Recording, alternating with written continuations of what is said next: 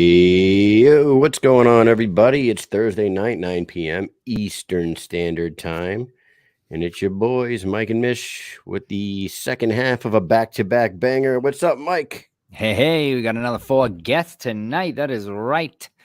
I cannot wait. I feel like we just got off the air. We back again. We are back again.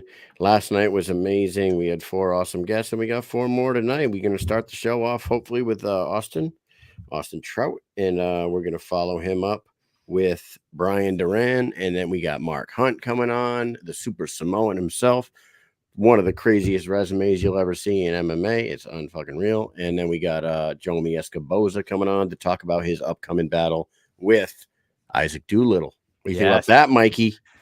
I think it's great. I had a great time talking to Isaac yesterday. Actually, it was a lot of fun. We talked about cats, and we talked about coffee, and we talked about cat poops coffee. It was wonderful. You guys didn't see it, you have to go back and watch it. Cat poop coffee. We learned a lot yesterday. We learned a lot about each other. We sure did. Cat poop coffee, dude. We actually did a lot of research on that. What's it called? Coco Pookie? No, I fucking looked it all up today. Either way, it is expensive. So Kopi Luwak? Kopi Lua, but you pronounce it Lua. Lua. Yeah, Kopi Lua. So that I learned today by doing some research in this that there's a lot of fakes out there, Mike. A lot of fakes. So you got to really do your research on which one you're gonna buy before you got to look up like a list of authentic Kopi Lua coffees before you go fucking buying any of that shit. Yeah, we're doing and then Mike says to me today, he goes, dude, if anybody is in the medical field and can answer this question for us, that would be great. If he has an allergy to cats and he drinks his cat shit coffee, is he gonna fucking die in Hollywood, Florida? Maybe. That's what I'm saying. Wouldn't that be horrible to I mean, I guess people die in many ways, but to be dead from cat shit coffee, that's batshit crazy.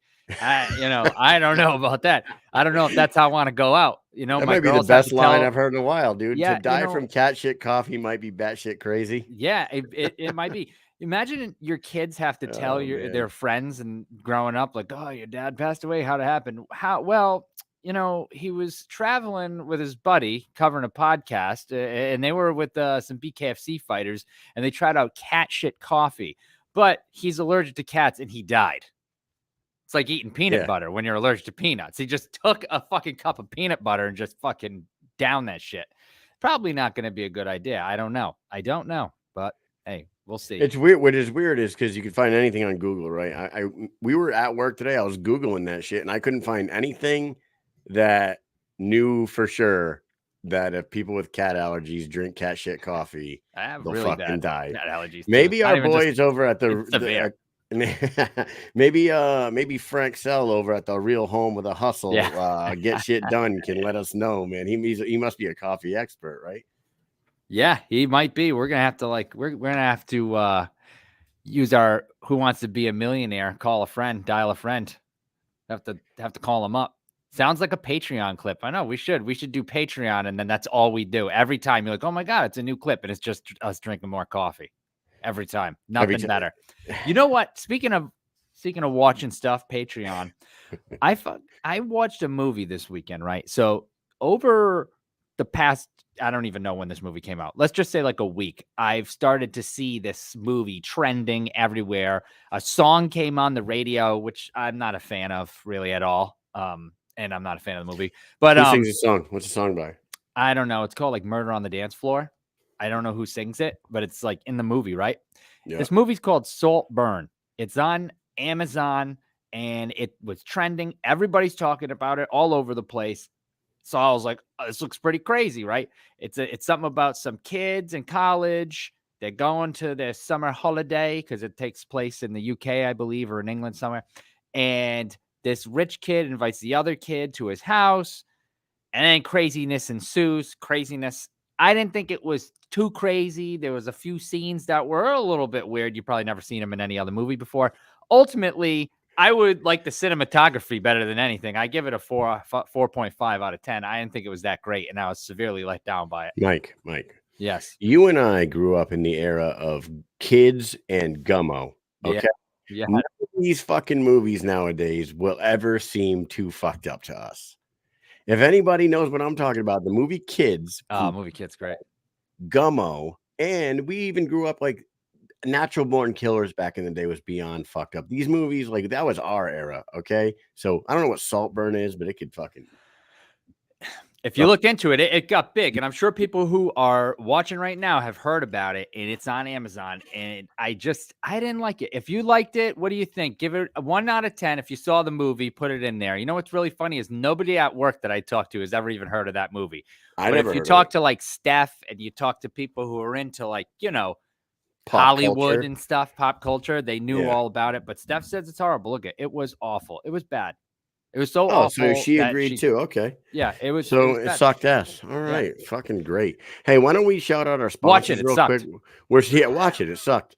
Was there any gratuitous nudity or like ultra violence in it? There was some nudes, but no violence. Maybe not the kind you want to see. Oh, okay. All right. Well, hey. We're still waiting on Austin. I don't know. I don't know what's going on with him. Unbelievable. Is it? But let's shout out our sponsors real quick, and I'll work on getting him. You do all the sponsors, and I'm going to give him a call. Listen, it's unacceptable to be late as an adult. That's the way I see it. If he was in my platoon, he'd be hearing from me, because if you were to ask someone in my platoon this weekend what happened when he did not show up at drill, not too happy. I was not too happy. I was actually pretty mad. It was probably it was the maddest I have been for quite some time. I even hung up the phone because I was like, I don't have time to talk to you. Click. Last time Mike was that mad, we had to delete an episode. Yeah. I started getting angry. Don't want to do that. Dude. All right. Hey, you don't want to see me with a bad. Yeah, go ahead and do our sponsors for a minute. I'm gonna do them. I heard you the first time. God damn it. You don't have to repeat yourself. Damn. Guys, you treat me like a kid. I'm here on time. So check this out. Let's do our sponsor reads. The Shave Parlor. Everybody knows about the Shave Parlor. We all love them. Best fades and shaves in Cape Coral, Florida. Certified shave and fade masters and beard specialists. Jay, Omar, Heather, and Naughty Nate. They're over at 131 Del Prado Boulevard in Cape Coral, Florida. You better get down there and get yourself looking right, and pay attention to our page, because when we go down to see the next BKFC event, which is only right around the corner, say next week, I am going to get myself a nice fade. So we're going to, we'll cover it. We'll do some fun stuff. We'll drink some Cat Poops coffee, and it'll be a great time for everybody. And next we have, who do we have? The BK Bet Shark, the #1 bare knuckle better in the world. That's what I believe, and I think a lot of the people believe it too. You better get over to BK Bet Shark, because this guy is making some serious dough. If you do not like money, do not go to BK Bet Shark. Get over to Instagram and give his page a follow, like immediately. Go do it right now. I'll wait. All right. That was great. Okay. Next on the list, we have Dynamic Life, founded by a team of medical professionals with over 25 years of experience in regenerative medicine, anti-aging, weight loss, and sexual wellness. Take back control of your life now. Go to www.livedynamic.com and become a patient in just 20 seconds. And check out the Dynamic Life Instagram page at LIV Dynamic. That is Live Without an E Dynamic on Instagram. Check them out. We are going down to Miami. Maybe we should go stop by there, I think, Kyle. That's what we should do. And last but not least, Bucked Up Energy. I'm going to tell you what, Bucked Up does have some pretty damn good products. And people at our work are starting to get some products. Some people already were using their products, and we found out recently, and we were like, you better be going to buckedup.com and using the promo code Mike and Mish 20, or you're going to have to get one of these right here. Pow, right in the kisser. If you're in our workspace or you know us and you're not using Mike and Mish 20, you're out of your damn mind. You need to get over there and use it. Save some money for yourself. Get some awesome, like those shots, those buck shots are great. I did use 2 of them. Last time I spoke about this, I hadn't used one, but I used it and I thought it was great. it helped that everybody was not at work and it was very quiet. And I took one of those, kept myself up, and I got a lot done, to be honest. I was focused. I was a focused guy. I feel like you might have took a buckshot right before you came on here, Mike. You're coming with a lot of energy, lot of energy. Right here. Well, you got that. Oh, nice. You all bucked up. All right. Well, here we go. And El Gallo is going to jump on because I don't know what's going on with Austin right now, and we're waiting to see if he's going to come on a little later. But maybe he will. Maybe he will. So let's go ahead and he's going to be on in a second. But before he gets on, he said he's going to jump on in a second. Big news today in the world of Instagram, dude. On an Instagram post, a BKFC related thing happened. We have a graphic. This happened today, and I couldn't be more excited, Mike. We are going to do some fan speculation, some fantasy booking right now. Do you have the graphic? Go ahead, bring that up. Boom. Today on her Instagram, Chris Cyborg posted something, and I think we have a second graphic right there. It says, after my boxing victory last week, BKFC champion Christine Faria challenged me to a fist fight with no gloves. I'm in. I'm at Monster Energy. Chris Cyborg accepted the challenge.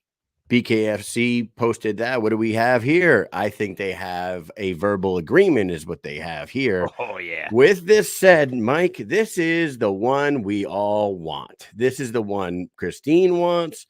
This is the one every bare knuckle fighter in the friggin' world, bare knuckle fan in the world, and bare knuckle fighters, other fellow bare knuckle fighters. Everybody wants to see this. Everybody. My grandma called me, said she wanted to see this. This is so huge, dude. This is so huge, and it comes right pretty close after just the other day, David Feldman, Sean Wheelock, and Dr. Don Muzi were in Las Vegas in front of the Nevada State Athletic Commission, pleading their case to get it legalized in Nevada, which means Vegas could be on the horizon.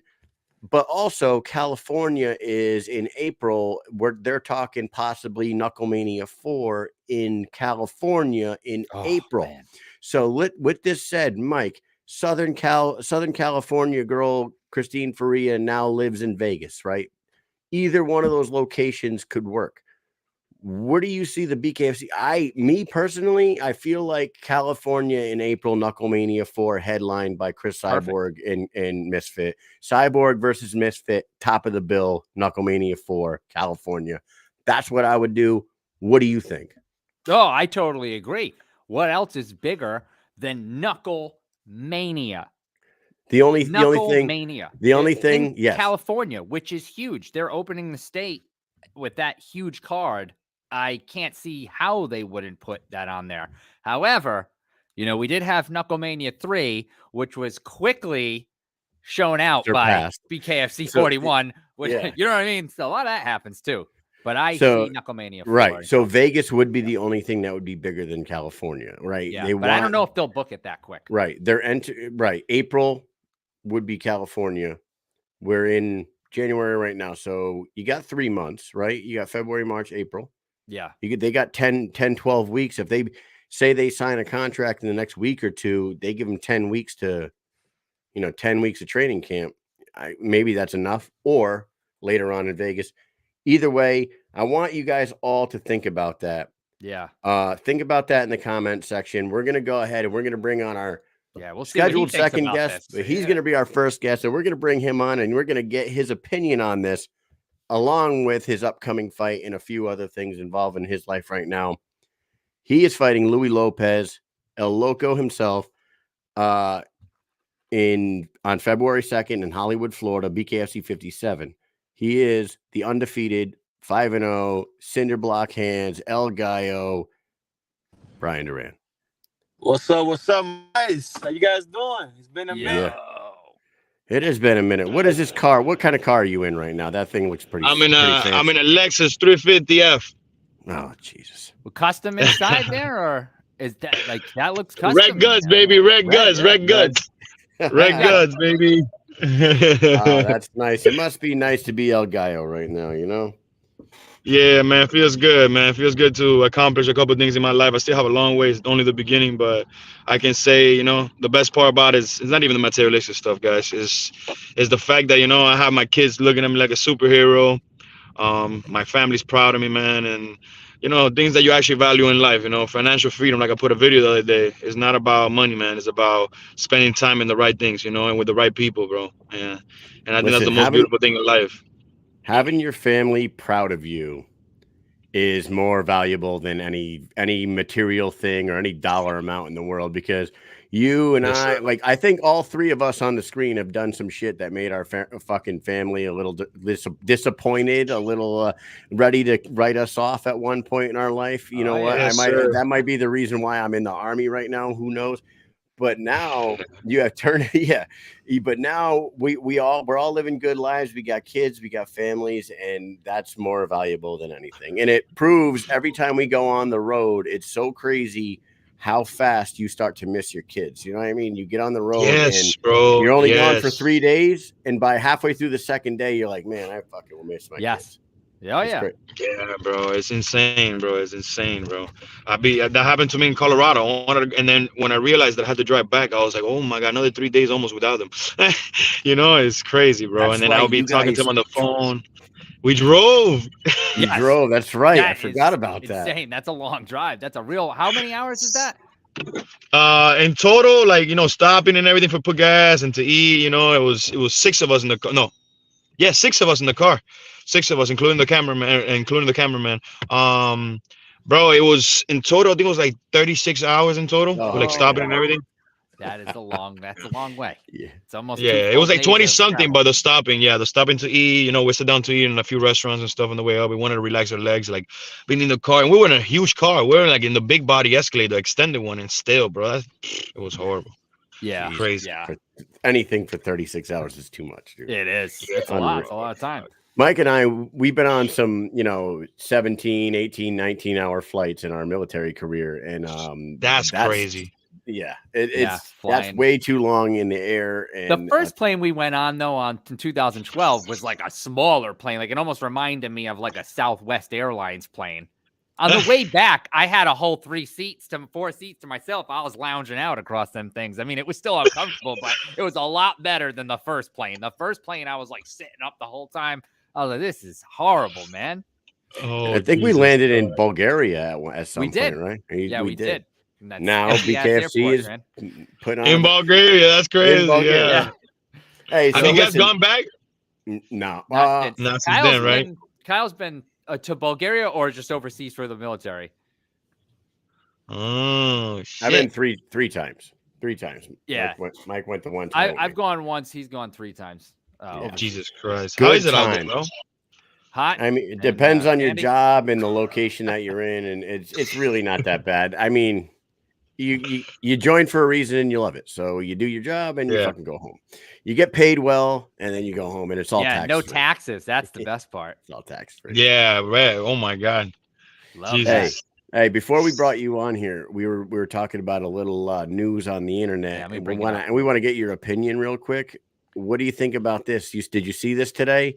Chris Cyborg accepted the challenge oh man. Before we get into you and Louie and your life right now, Jesus, that's a great fight. How that's awesome a great fight. But I still think Ferreira's gonna, do her thing.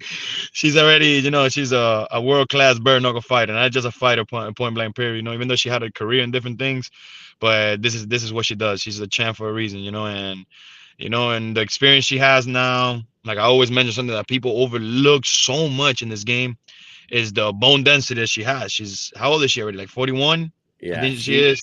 I think she's. I would have to double check that, but I think she's 41, 41 right around there. And right bro, my like age. people overlook in the sport the bone density, and they don't understand that matters a lot. Yeah, she is 41. 41, yeah. But I mean, Cyborg must be like 38, 39 anyway, so it's kind of like but she hasn't been fighting bare knuckle, so her hand's gonna break first, second round. Fucking wild, dude. Yeah, and you know what? When we started, is a little rougher than the others in certain aspects, man. firsthand, and we see it all the time. And I know right in the beginning when people started saying like, this is the same thing as boxing, it's this and that. It's like, it really isn't. Okay. It's not the same. Yeah. And people are now learning that it's not. Like, bro, I remember like when I first started sparring, like the big dudes that I was sparring, they were like, I'm not gonna say names because they're in the BKFC also, but they will be putting the hands up, waiting for me to gas out because they were so good at boxing. They still are great at boxing, and they will put the hands up right here and play with me. And it's like, bro, do that in bare knuckle. I'll break your fist. I'll break your wrist. Everything that's in the way, I'm gonna hit it.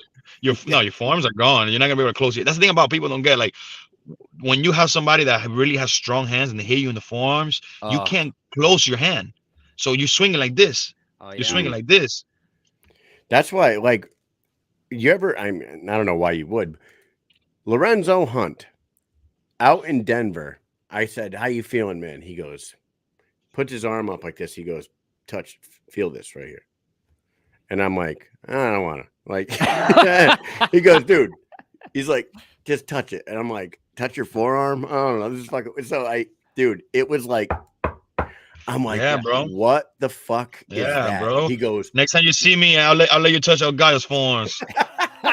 That's my new thing. I'm just gonna go around touching bare knuckle fighters' forearms. That's it. Yo, listen, bro. If you guys want to be impressed, not for real. Hey, look, all bullshit aside, you guys want to be impressed for real, and you guys, anybody in the BKFC that's touched, you guys, Serge, Nelson, everybody that has touched this guy's hands. You guys seen the dude that's always with me? That's my big brother, or Leo.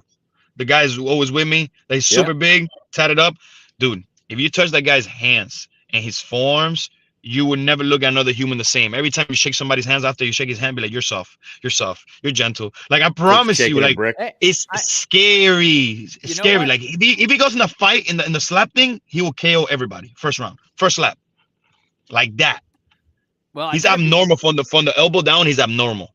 Abnormal, I gotta be honest, that was like your father, though, for me. And I know I've already told you this before, and I've mentioned it. So, like, when I shook your father's hand, that, like, at that moment, I was like, dude, this guy's a hard worker. This guy has worked his ass off. Like, no, that's our genes, though. That's our genes. It's our genes too. I was like, holy fucking shit. I asked him, I said, where the hell do you work, man? Because, like, there's only so many guys in my life that I've worked with, like in construction sites, that have hands. Like, you, as soon as you shake their hand, you're like, this dude is working. It's our genes, bro. It's our genes are like that. That's what I'm saying. Our genes are like that. Yeah, they're all like a stonemason or something, right? Really, something like that. I don't know what it is, bro. And it's like our fists are all huge, like compared to like our sizes. Our fists are like double. Like I have a 34-centimeter fist. Look at everybody in the BKFC roster. Only the heavyweights have that. You know, and it's like, I never noticed that. That's crazy. Yeah. Wow. Yeah, bro. Howie bone density, guys. I keep saying it, guys. Bone density. That's the key to the sport. Telling you. Let us talk about you for a minute here. Let's get into some things real quick. You, when we first met you 3 years ago, I think it was probably 2 or 3 years ago. You were kind of like, you were known as like the craziest guy in the crew, right? Like, you may still be, but you've like turned a new leaf in life, lease on life. You're like a new version of yourself. Would you say? Yeah. Yeah. What happened that made you turn the page and you know, maybe put some of the stuff that you used to be into aside and become the version of El Gallo that you are now? God, bro, I swear. And a lot of people were you always religious? I won't say religious, right? Because religion, I feel like it's something that they made to separate every single one of us out here, right? Okay. So I feel like it's more like my own relationship with God, with the creator. Whatever everybody believes in a God, right? But at the end of the day, ends up being the same guy. It's just different names. You know, the same God is the same for all of us. Even I'm not gonna say other religions, right? But like, let's say like me, when I was 12 years old, I got introduced to God in a Christian church, right?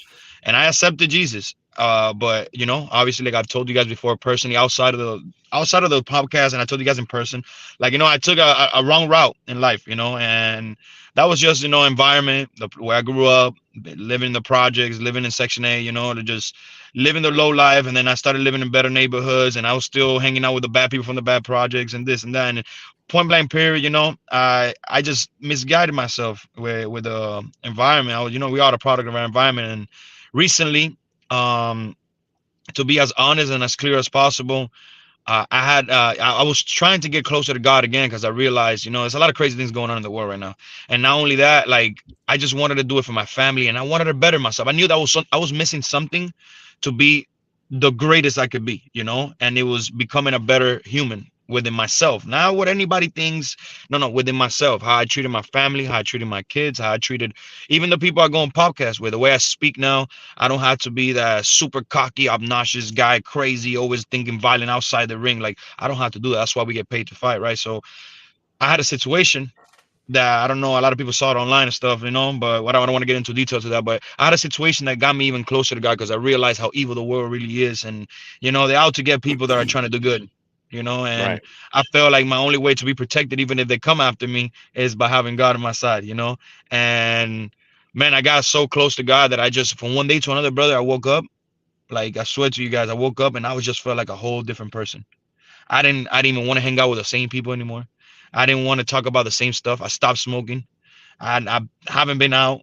I just been like following the right path. Like I don't even want to talk about religion, right? Because a lot of Right. people are not gonna understand. I want to relate to everybody. So I have my beliefs. I'm pretty sure you guys have your own beliefs and whatever it is, even if it's science, like whatever you guys believe in, I respect it, and I expect everybody to respect what I believe in. But this is deeper than the religion, how we said, right? It's about becoming a better human, bettering yourself, like walking in the room and people feel the aura of like a positive aura, not like I wanted people to respect me, not fear me, and I wanted to switch that. And I feel like I'm accomplishing at least that little short-term goal, which is going to be a long-term goal. And I saw how I was impacting all these kids in the Prospect series, right? And then the Prospect, I said it wrong, the Prospect series. And I realized, like, bro, I gotta lead by example. I can't just be preaching something I'm not living myself. I can't be preaching the good and then I turn around and somebody tries me in the street, I'm gonna get out and beat them up, or somebody takes out a gun on me, I'm gonna take out a gun on them. Like I don't want to be that guy anymore. No, it's not like that. I gotta really be this righteous guy to speak this righteous thing, so people feel it. Because when it's real, and you really living it and you're leading by example, if people feel it, and I wanted, Yeah. one of my goals that I spoke about before is I want to be a motivational speaker. That's like one of the things I'm using the platforms for. Like every platform I'm using is I've been for that. seeing it.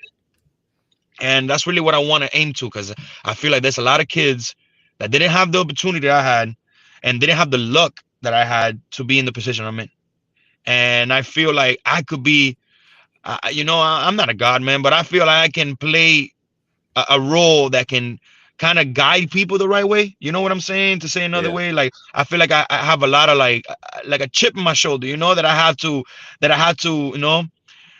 put out there and try to like magnetize people to the positive side, because there's so much negative in the world right now, brothers. Like the internet right now is destroying the community, destroying the kids, man. Dude, you ain't shit. So you ain't divide kidding. and conquer. Especially That's what it is right especially like you said on social thank media. you, brother. I didn't want to get it like to that, but you said it yourself, Yeah, and it's like is the closest. I come from a country that's communist, brother. So it's like I seen what it is for them to take everything from you and everybody be equal. And believe it or not, times are getting worse in my country, but like, bro, I know what it is to people really love people for who they are, not for what they got or what they bring to the table. It's just people love people for who they are over there. Now things have changed because there's not even food at all.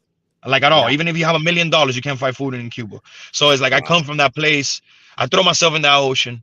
Out of 27 people, 4 of us survived. Like I have a big purpose, man. Like I could have died like everybody else. You know what I'm saying? I was 9 years old. Not even my dad or my mother knew I was in that fucking raft, bro. Nobody knew. I hid behind my mom's back to meet my father in the United States. Like I took a risk since a kid. So when it comes down to this, I'm like, bro, all of that cannot go in vain. I cannot end up behind bars. I cannot end up letting somebody, another fool, take my life because I wanted to prove that I'm the tough guy, or just wanted to keep living that dumb life. No, I had to change my life, and I had to, make it count, bro. And I feel like that's what I'm doing right now. And I feel like a lot of people, especially guys like you guys that have knowledge, that are older, are realizing, like, a lot of older people are supporting me more than the young people, because the young people are just looking up to me. But the older people are supporting, like, this kid is giving the message that we should have heard when we were younger, And that's how I feel like my generation too is doing it. And some people overlook it. Some people think it's all a show. But brother, if you actually know me and you spend time with me in real life, and you know me from the past, you will see I'm really a changed man. And I was just gonna say, Bryan, I was just gonna say that where you talked about the toxicity out there on the internet and in the social media, you seem like you are on a clear path, and you are setting an example for the youth of America and anybody who's a fan of yours that could look up to you like a hero. But there are the fucking people out there that'll be like, this is a show. He's putting on a show. And I fucking like, hate there's that. no reason why.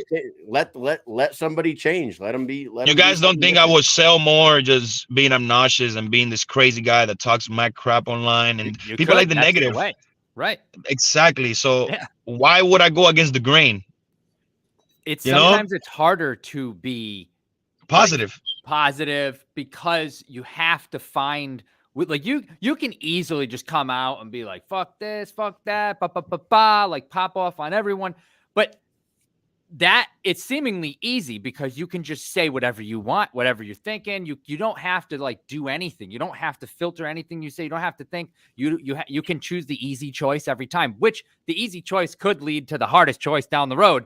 But that's the thing. Like, yeah, a lot of people like that. People love the drama. People love that type of stuff. So yeah, it is harder because like you could have a lot of people, and I'm sure you already see it. Like, man, I'm not with him anymore. You don't think he's lying, he's this, he's that, Exactly. But you don't see how I like come up, and even like if you guys have seen my other podcasts, when they talk to me about even my opponent, I talk positive about him. I'm like, I don't overlook him. I respect him. He's a warrior, bro. The kid is a warrior. He's just hungry, just like I am. We just have a different hunger. I have a bigger hunger because I have kids. He don't got kids.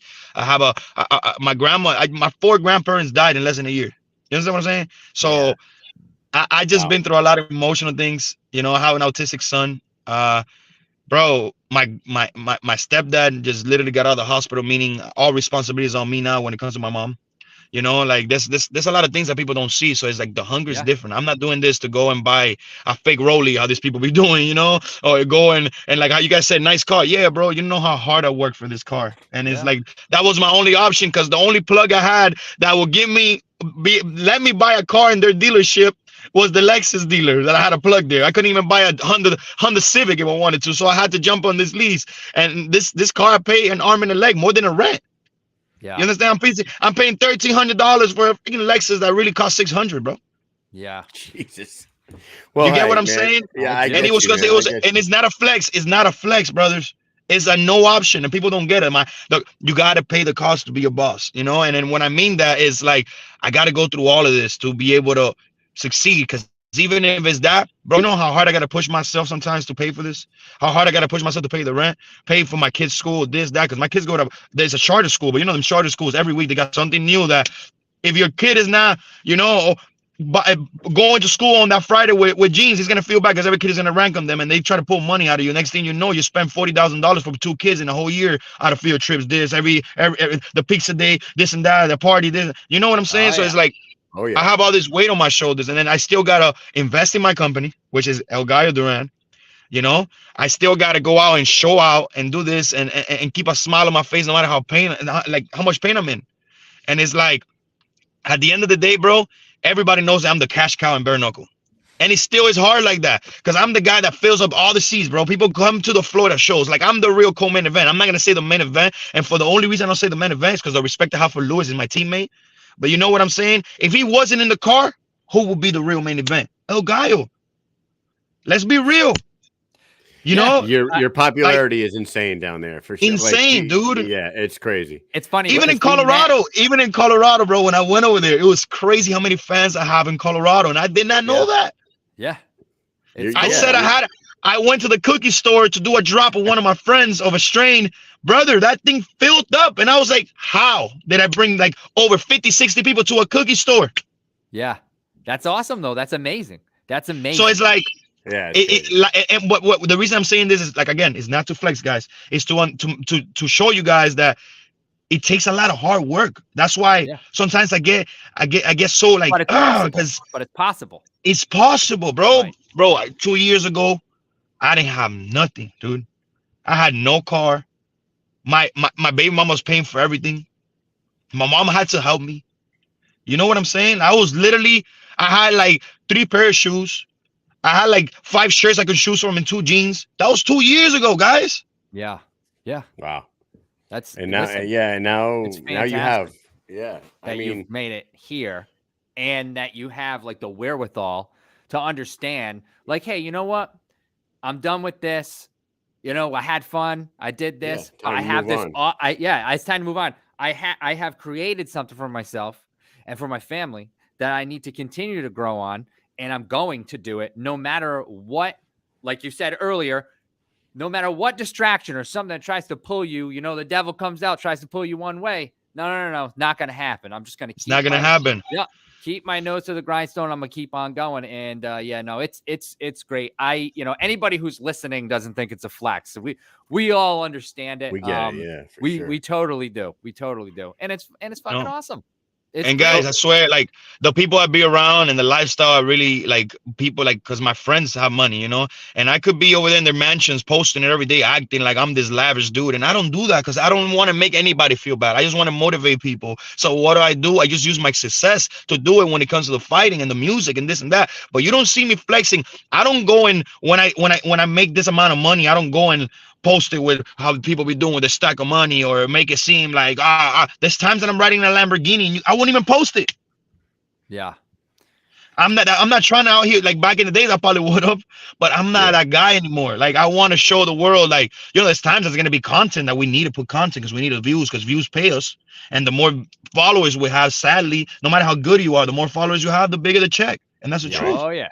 And you're making music now too. You got your music career too. You got to have some sort of an image in the line of work that you're in. Bro. You do have to uphold, and it's not even like just being a musician and a fighter. You do have an image to uphold as much as you don't really want to do that shit.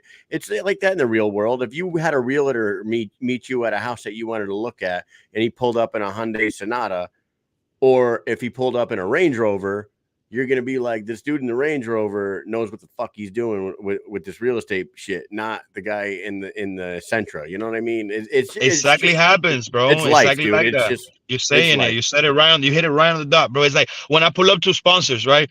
If I pull up and not even to talk bad about nobody, but like a 1995 or even a 2005 car, right? An old car, they're gonna look at me like, yeah, you want how much for your sponsor for the logo on your shirt? Yeah, okay, go back home. But now I'm putting up like this. Reality, dude. I have the chains on. I have I have nice shoes. I'm dressing fresh, smelling good with a good perfume that they recognize, things like that. Now they want to work with you.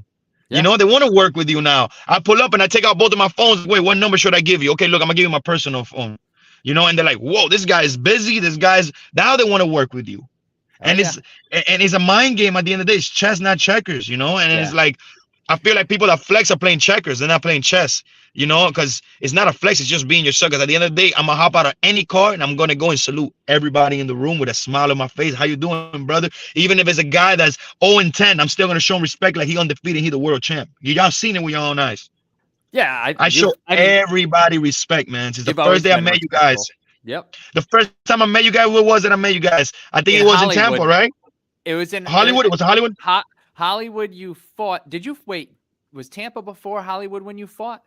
Yes, I think it was. I think the day I met you, the day that Ryan Reber debuted. That's the day I met you guys.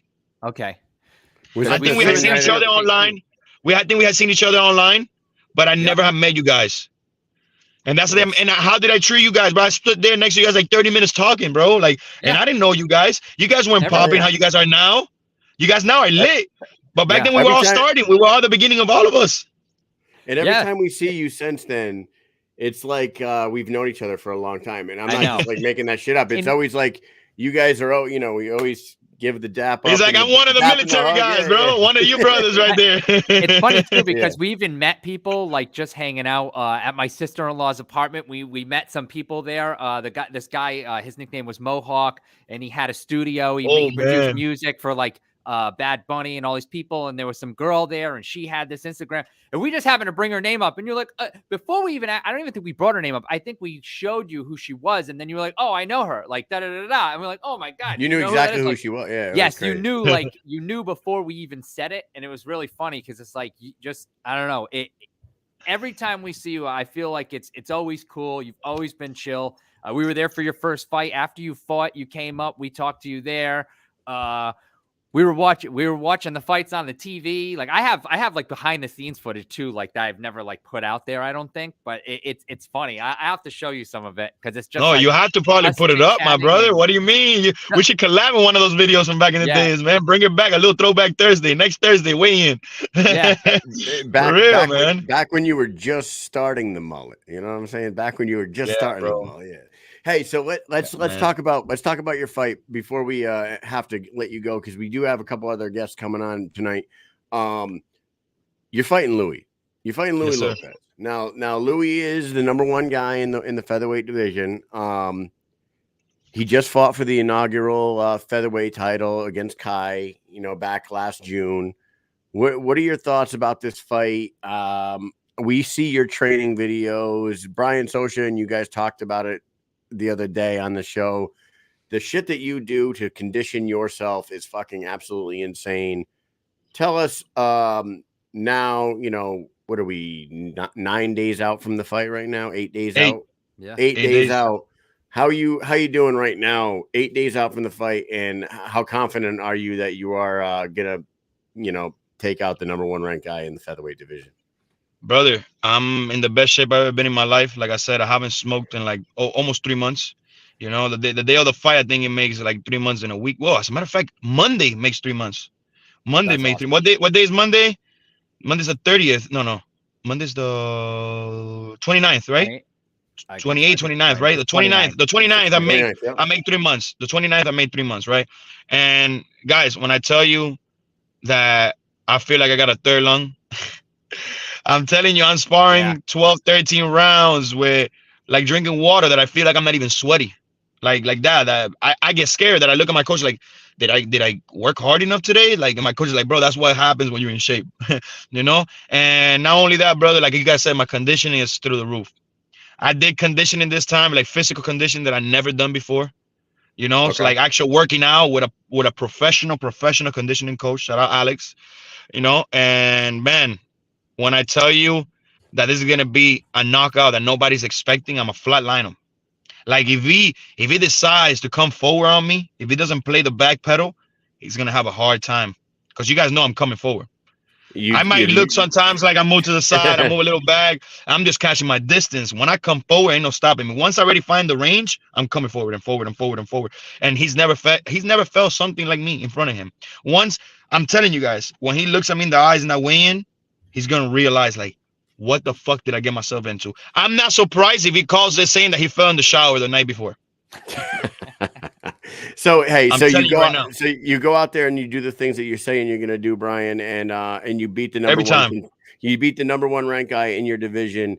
Does the next move after that have to be Kai, or are you okay with guys that have been in that division longer than you, say Brandon Allen or James Get Down Brown, one of those guys?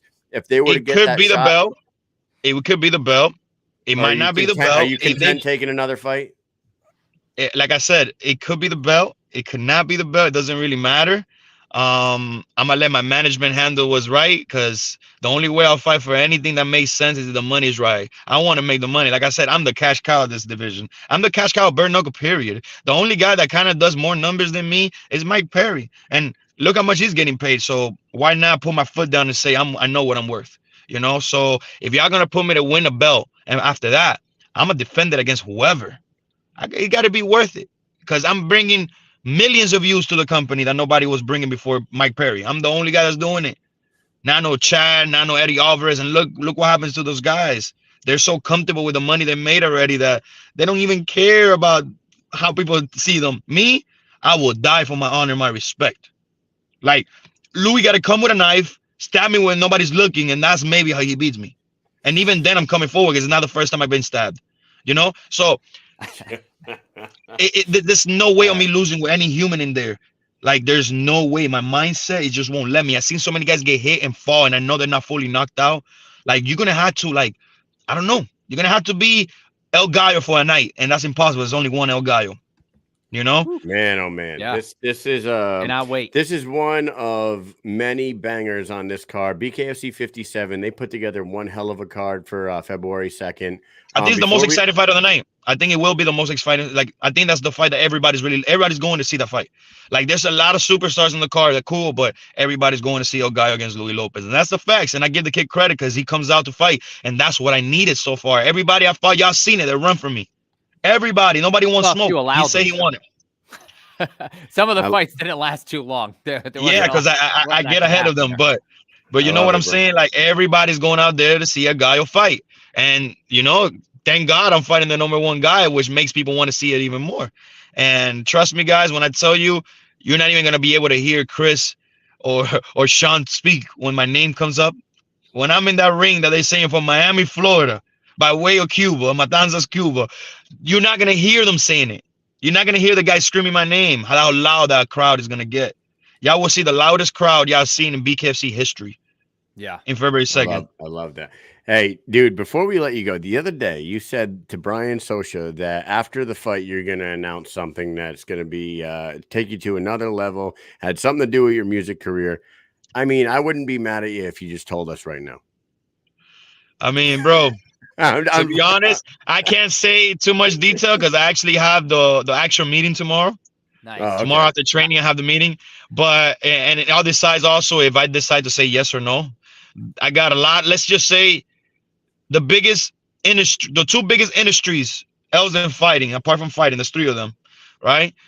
And the 2 biggest industries, the full package, they're knocking on my door desperately. Not even like, oh, let's see what he thinks, or maybe we could do something. No, like, we need you. Like, you're the next thing up. Like, I literally got asked. I got told there's not one fighter in the world right now as we speak that got my image, my charisma, and my fucking skills right now, especially in bare knuckles, right? For the simple fact I'm undefeated, 100% finish rate. And you guys know I can speak for days. I can sit here and talk another 3 hours with you guys and we would not be bored, you know? We know, and I'm not shot of cameras, man. Know that. So I am gonna take it to the next level, guys, and I will have you guys involved in it too, because I definitely, you know, I love everybody that supports me since day one, bro, and you guys have been part of that too. But you guys are a big part of my success. Believe it or not, people don't give you guys credit. People don't give everybody that supports credit, but you guys are a big part, every single one of our success. And whoever doesn't tell you that, you guys already know they're not a real one. Thank you, man. Thank you for that, Bryan. You are the man, and we couldn't be more excited to see you next week. Yes. We'll see you at the weigh-ins February 1st, and then we will be ringside. And my old man, my dad's going to be at the fights that night. It's going to be his first live event. Tell him I'm going to give him a little knockout. I'm going to give him a knockout to take it home. Tell him I got him. And I know you guys are Team Gallo. You guys can't say it, but I know you guys Team Gallo. I love you guys. You heard? All right, man. I'll talk to you soon. See you next week. Love you guys, man. See you guys. Later.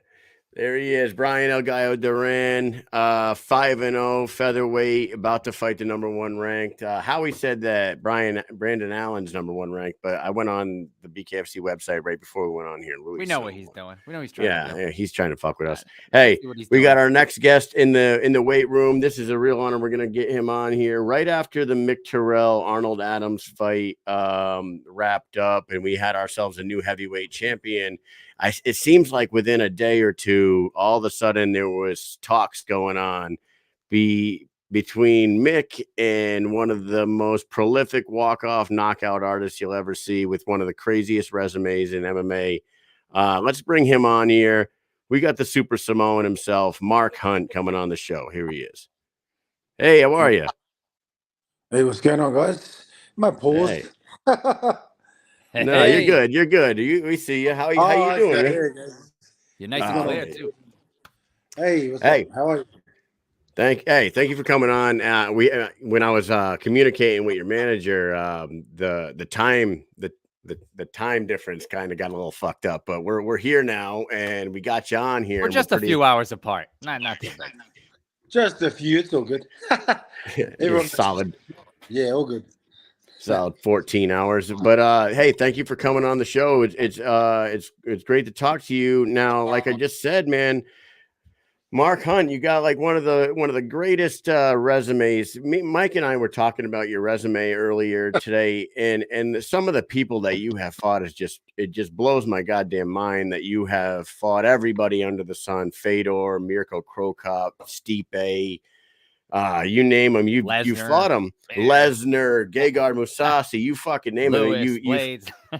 It's wild. List goes on and on. It's truly wild, but you've been kind of out of the game for a little bit. You had a boxing match a couple years ago, but right after Mick Terrell goes and takes a world title from Arnold Adams, fucking there's Mark Hunt. He's talking to Lou Few, so we're like, whoa, hey, what's going on here? There he is. Yeah, we're from. So. What is this all about? Like, were you already talking about maybe joining this? Have you been a fan watching the sport for a while and thinking this is for you, or what? Well, I mean, before I was actually a fighter, I was gypsy fighting long before these people were even born. And it's quite funny because it comes full circle. You know what I mean? I've had careers in kickboxing, and I had a couple of boxing fights. Yeah, it's come full circle. So I'm being interested. I've been talking to bare knuckle for a while. It just didn't work out. It didn't come to fruition, and it's a good time right now. To be honest, to talk about getting that strap. That's strap that's around McTrell's waist. Was it? Was it particularly that fight that made you go, like, finally say, you know what, I'm going to make a big push and say, hey, I'm going to go to BKFC, get these, I think you said 3 knockouts or 3 wins and then the title, but was it that fight that specifically done it? That, straw that broke the camel's back, as they say? Well, what broke the camel's back was was the Brock Lesnar issue. That's what broke you know what I mean? So end of the day, like I'm here. Like I said, before I was actually a proper fighter, I was actually gypsy fighting. Like this is what this stuff is. This has just got a ref with it. So I'm no stranger to this sort of jazz. Easy. It's been, like I said, my hands are garnished with a lot of trophies with people's teeth.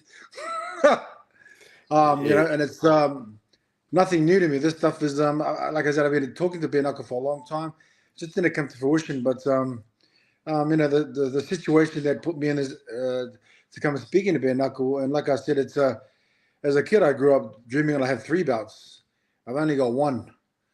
I'm 49 now. I'll be 50 in March, and I'm like, this man, is that, you still running that gauntlet? Of course, hell yeah. Like I said, when I grew up, didn't know what I want to be in life, and I said God put me to be a fighter, and that's what I've been doing for over 3 decades, and I'll continue to do so until I'm unable to do so. So, yeah. And then you said that what you said right there. You said you've been talking to them for a while, and Mike and I have been. We've had the show for 3 years now. We've been on the BKFC app for, I want to say two and a half years now. Yeah. So we've been riding with BKFC for a while, and I swear to God, I feel like I've heard your name thrown around for the last 3 years. Like every once in a while, when people are talking about outside fighters coming in, yeah, Mark Hunt should come in here. He's made for this.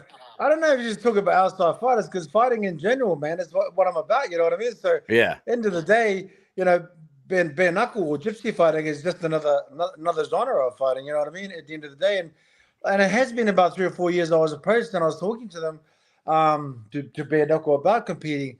But like I said, it just didn't come to fruition. But I think it's a good time right now to elevate the sport into the upper echelons. Since every other sport is they're all about the other stuff, and the lawsuits and the law courts. That's what they're all about. And that's where they're going. With you've been fighting forever, and like you've been in Pride, you've been in the UFC. When you see what the BKFC is doing right now, and the trajectory that they've been on since 2018, and now we're in 2024, and they're bigger than ever, and they're like creeping into one of the top couple companies in combat sports. Obviously, UFC is the juggernaut up at the top there, but BKFC is creeping up there pretty damn quick. What does a guy like you, who has so much experience in all these different fight companies, think when they see David Feldman and the BKFC doing what they're doing? Well, if I see what I can see is, like, I've been in, like you said, in all these companies. If he's doing the right thing, then he won't have issues with everything else. I mean, like I said, I've been through most of these companies, and like I said, I'm in some lawsuits with these companies because they haven't done the right things. You know, the stigma or whatever people look at them right now. Back when I was in there, people wanted to be a UFC fighter. People don't want to be a UFC fighter anymore because the stigma behind those guys, they're just criminals at the end of the day. And it's not, you don't have to take it from what I'm saying. You take it from what's going on in the world, what's going on with these lawsuits. They're in a lot of trouble, especially when they release the court documents and like all the dialogue between. Oh my God, that was not a good look. Like I said, the monster has not been satisfied, and these guys think they can play around with this stuff. You know, they think they're bigger than the law. Yeah, they think they're bigger than the law, and that's the problem with these guys. They get too much money and they start fucking treating people like dirt. Yeah. And they don't understand that people are going to come back and bite them in their ass. They got a lot of issues coming up these days. You know, they got this idiot Lesnar with all this fucking this shit this trafficking that he was doing with Vince McMahon. That's disgusting, man. You know, that alone just shows you how pathetic these guys are, hiding behind their billions of dollars. These I don't even want to talk about it. It just really annoys me. And it irritates me because they're bringing me back to the lawyers. They're supposed to protect us and all this stuff. But because I know not much about law, but what I do know is some of the lawyers that I had my back, they didn't have my back. They were just criminals and they got paid off. The sad thing about it is they got caught. You know? And after I fry these UFC rats, I'm going to fry them too. It's so annoying with this whole scenario. So you're still involved in all that. That's still ongoing? Oh, it hasn't. Like I said, you could have bought my lawyers up, but they got caught. You ain't gonna get away with this. You're not bigger than the. Doesn't matter how much money you have. You're not bigger than the fucking law. You're gonna get fucking fried. Right. I'm gonna fry you fuckers. And you know what? If you don't sort shit out, I'm gonna close your stupid company down. You fucking rats. Yeah, it is unfortunate. When shit like that happens, because it is like they get so high they can't see anymore. They start acting. It is criminal, but I think it's unfortunate that people who once probably weren't criminal end up that way in the end because of greed and money. Well, they start thinking they're better than people. Yep. Yeah, it's greed, and it's the one for money. People say the money is the issue. No, it's the one for money. Yes, that's the problem. It's like they can. Yep. They can have they can, when they get a fucking hell or wherever they're going, they can tow a U-Haul behind the fucking hearse. You can't do that. Yeah. You know, you can't do that. I remember when UFC 200 came around and that dude showed up for the weigh-ins. I'm like, man, he's fighting a goddamn Terminator. Like he looked like, he looked like he was on everything. Is what it looked like. Right. But, you know, it was like there was no faking that shit. And knowing it and everything is different things. You know what I mean? You can't really, you just can't really, like I said, there's a big issue with that stuff. And there was a lot of things going on before that prior. But like I said, this issue with these guys has not been sorted. Before when I was with them, when I realized what this whole title was worth, it really made me sick because at the end of the day, when this whole lawsuit started with me and the UFC, I asked for an even playing field with Dana. I said, Dana, give me a clause. He wouldn't do it. He just turned around and threw me under the bus like the rest of these guys. But 8 years later, we're sitting here and these guys are looking at a bazooka that's getting bigger and bigger. What you gonna do? You're gonna try and they tarnish my brand and make me look like I'm a fucking idiot. But the problem is, these guys are the idiots. These guys are the criminals. These guys. And all these people that are trolling me like saying, "Oh, you should have gave." I don't give up. Why would I want to give up if I'm right? When you're wrong, you're wrong. You don't keep going with your crooked ass ways, try to pay my lawyers off and the rest of it. Doesn't matter if you got all the money in the world. It doesn't. Right. It's not going to help you when this comes down to it. Well, you know what it is. It prolongs the inevitable because the money can make somebody who's wrong not be wrong for a long time, but ultimately you're going to be wrong in the end. It can just prolong the inevitable that it's going to end up going there. If you don't mind, I'm going to spin it back around, right? 180 to where we were before.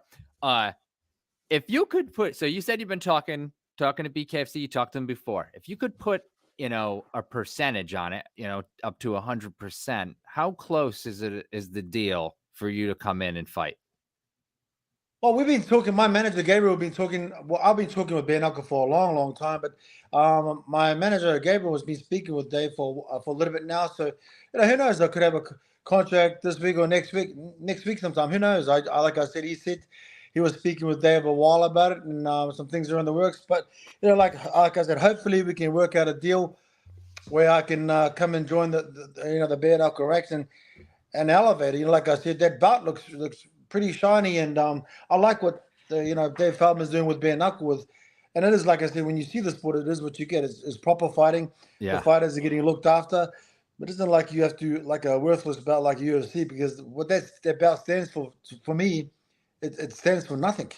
You had the world champion, and Garner leave that, and he's getting bigger paydays now somewhere else. He's they try to hold him down, but they couldn't. At the end of the day, when you look at it, these guys are slave traders, and in Australia and New Zealand, it's called the Slavery Act. What they're up to, it's not good what they're doing, and they can't hold fighters, their images, all that, and that's what they've been doing for years. Well, the BKFC heavyweight rank, the division itself has been growing over the last 6 months. It seems like the heavyweight division was very stale for a minute, and then all of a sudden, you got Rothwell and Todd Duffy and Roy Nelson shows up at an event. He wants to fight. You're showing up. There's a guy named Josh. There's a guy named Josh Watson that, Mark, you would love to tussle with this guy. He's a big, hard-hitting guy. Josh Watson would be a great fight for you. He knocked out Jeff Hardy. Not Greg Hardy. Greg Hardy during Knucklemania. But then there's another Hunt out there. I don't know if you have been paying attention to BKFC, but there's Lorenzo Hunt out there that says he would love to fight. So, what are your thoughts on Lorenzo? You got Lorenzo in your sights? He makes me laugh, Lorenzo. He's kind of funny, He's got my first fight name over 30 years ago was the Juggernaut. He's got my last name, so end of the day, I think he's a funny guy. But like I said, if I hit that guy or any one of these guys, half their face is going to come off, without a doubt. Got too much firepower, man. Too much firepower for these kids. Man, I really do hope that they bring you in here. And I wanted to ask you, because you did, and Mike brought it up, you had either put it out on Twitter or Instagram or something where you said 3 fights and then I'll take that belt. But is that kind of the route that you're going, or because Mick Terrell wants to fight you? Mick Terrell wants to fight you. I know that Ben Rothwell will be pretty upset about that. I think Lorenzo Hunt. They all wanted to fight each other. Now they all want to fight each other. Now, man, like I said, I can fight the champ first, take the belt off him, and then I can fight those other. Fight everyone else. We'll start with that Juggernaut guy first. I'd like to make him go cross-eyed for sure. But like I said, if I hit any one of these guys with the fucking power I have, their faces are coming off without a doubt. Holy shit! There an old opponent. I mean, there's a few old opponents of yours that are in there. Like, you fought Rothwell in the past, but Bigfoot Silva fought in BKFC a couple times. Yep. And it's one of my favorite fights of all time. It was one of the ones that you fought with him, and it might have been the one that went to the draw where it was the bloodiest damn UFC fight. It was a draw. It's not one of my favorite fights because it was tarnished because he was cheating. End of the day, right. My legacy, and the end of the day, that's why I'm in these lawsuits fighting for this equality. You know what I mean? It ain't fair. End of the day, you see that hand there? Where is it? I'm gonna add their teeth, all of them, to this fucking hand. Add them to my trophy list. Jesus Christ! Well, starting with that champ, baby. Who's that belt, boy? So Dave Feldman, if you're watching this, bro, hook that shit right up. Hook it up. I mean, you had potentially the heavyweight division could have Mark Hunt, Roy Nelson, Ben Rothwell, Todd Duffy, Lorenzo Hunt, and Mick Terrell all in the mix there. Not to mention Josh Watson, and maybe Josh Burns comes back around. So this is very exciting for us. We are so excited that you came on here to talk about it. And Dave watches this show, and he's going to watch this, and he's going to listen, and you're going to get into contract next week. I guarantee it. But I got to ask you something before we cut this off. Did you or did you not? I heard something about you turned down like $4 million to take a dive in a fight. I have no idea what that's about. Somebody was like, yeah. Yeah. Someone asked us to tell us, talk about is that What a true that? Is that story? real? Is that a true Well, story? I mean, you think I just sit here and start lying to you about everything? Well, No, you didn't say it to us. I didn't hear you. Listen, I didn't hear you tell us. Somebody Someone else told It me. is. It is actually true. It was offered to me by someone that I knew and I thought I knew, but to me, it's a sign of disrespect. It's disgusting, to be honest. Yeah.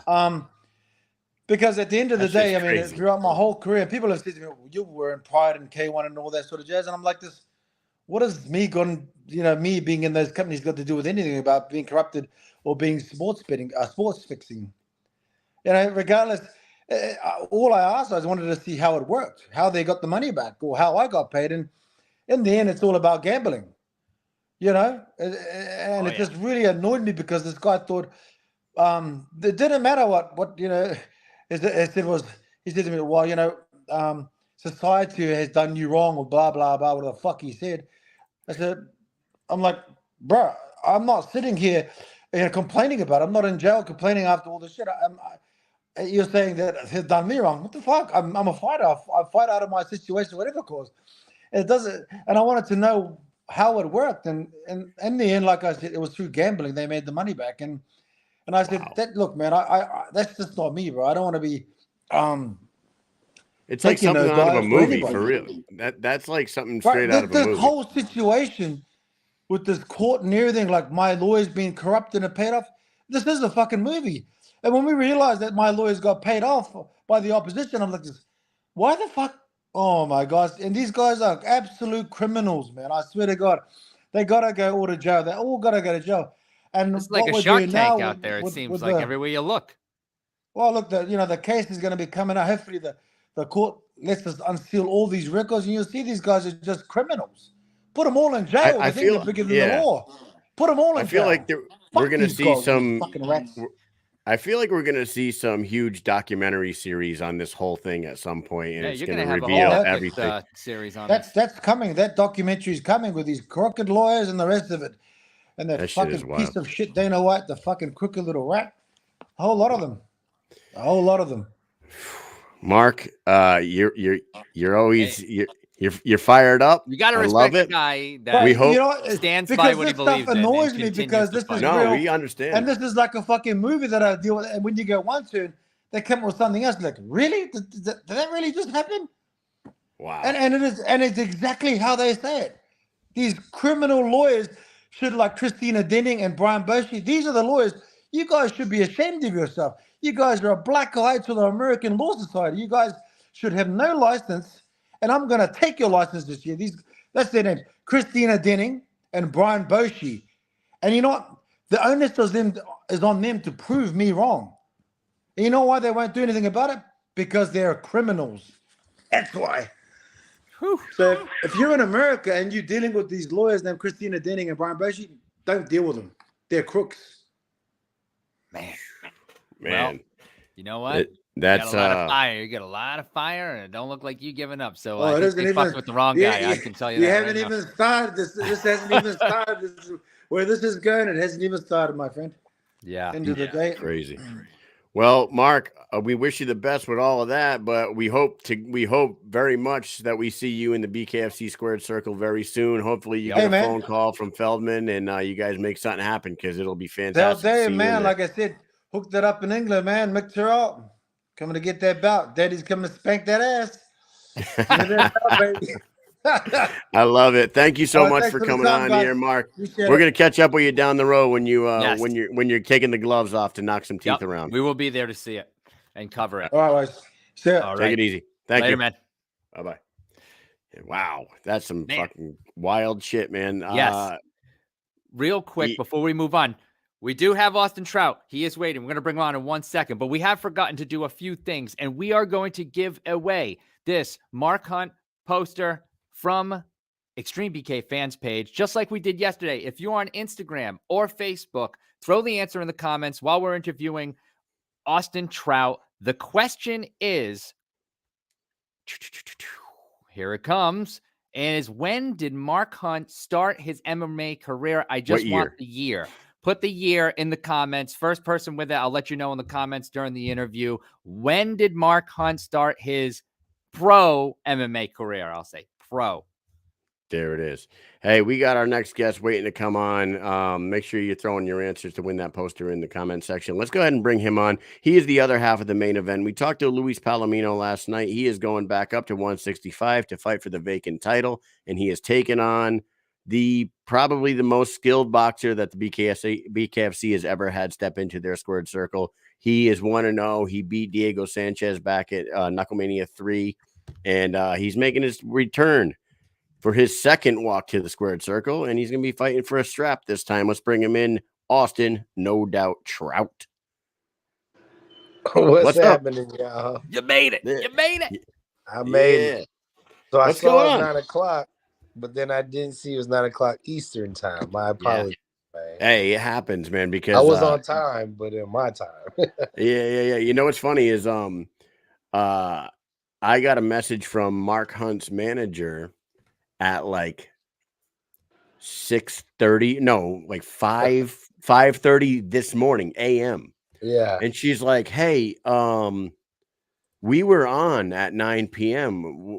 You know, I mean, I forget what she said, but I was like, yeah, they were on 9 p.m. Sydney, Australia time. I was like, no. We're East Coast United States, so it'll be 1:45 in the afternoon for you. She's like, oh, okay. All right, my bad. Yeah, so it happens, dude. Hey, you're back, man. You're back. You just heard me say it in the intro there. You're making your second trip to the squared circle. Yes, sir. We saw you the first time out there against a very tough Diego Sanchez, but let's talk a little bit about that before we get into your to nowadays. Diego, your first go round.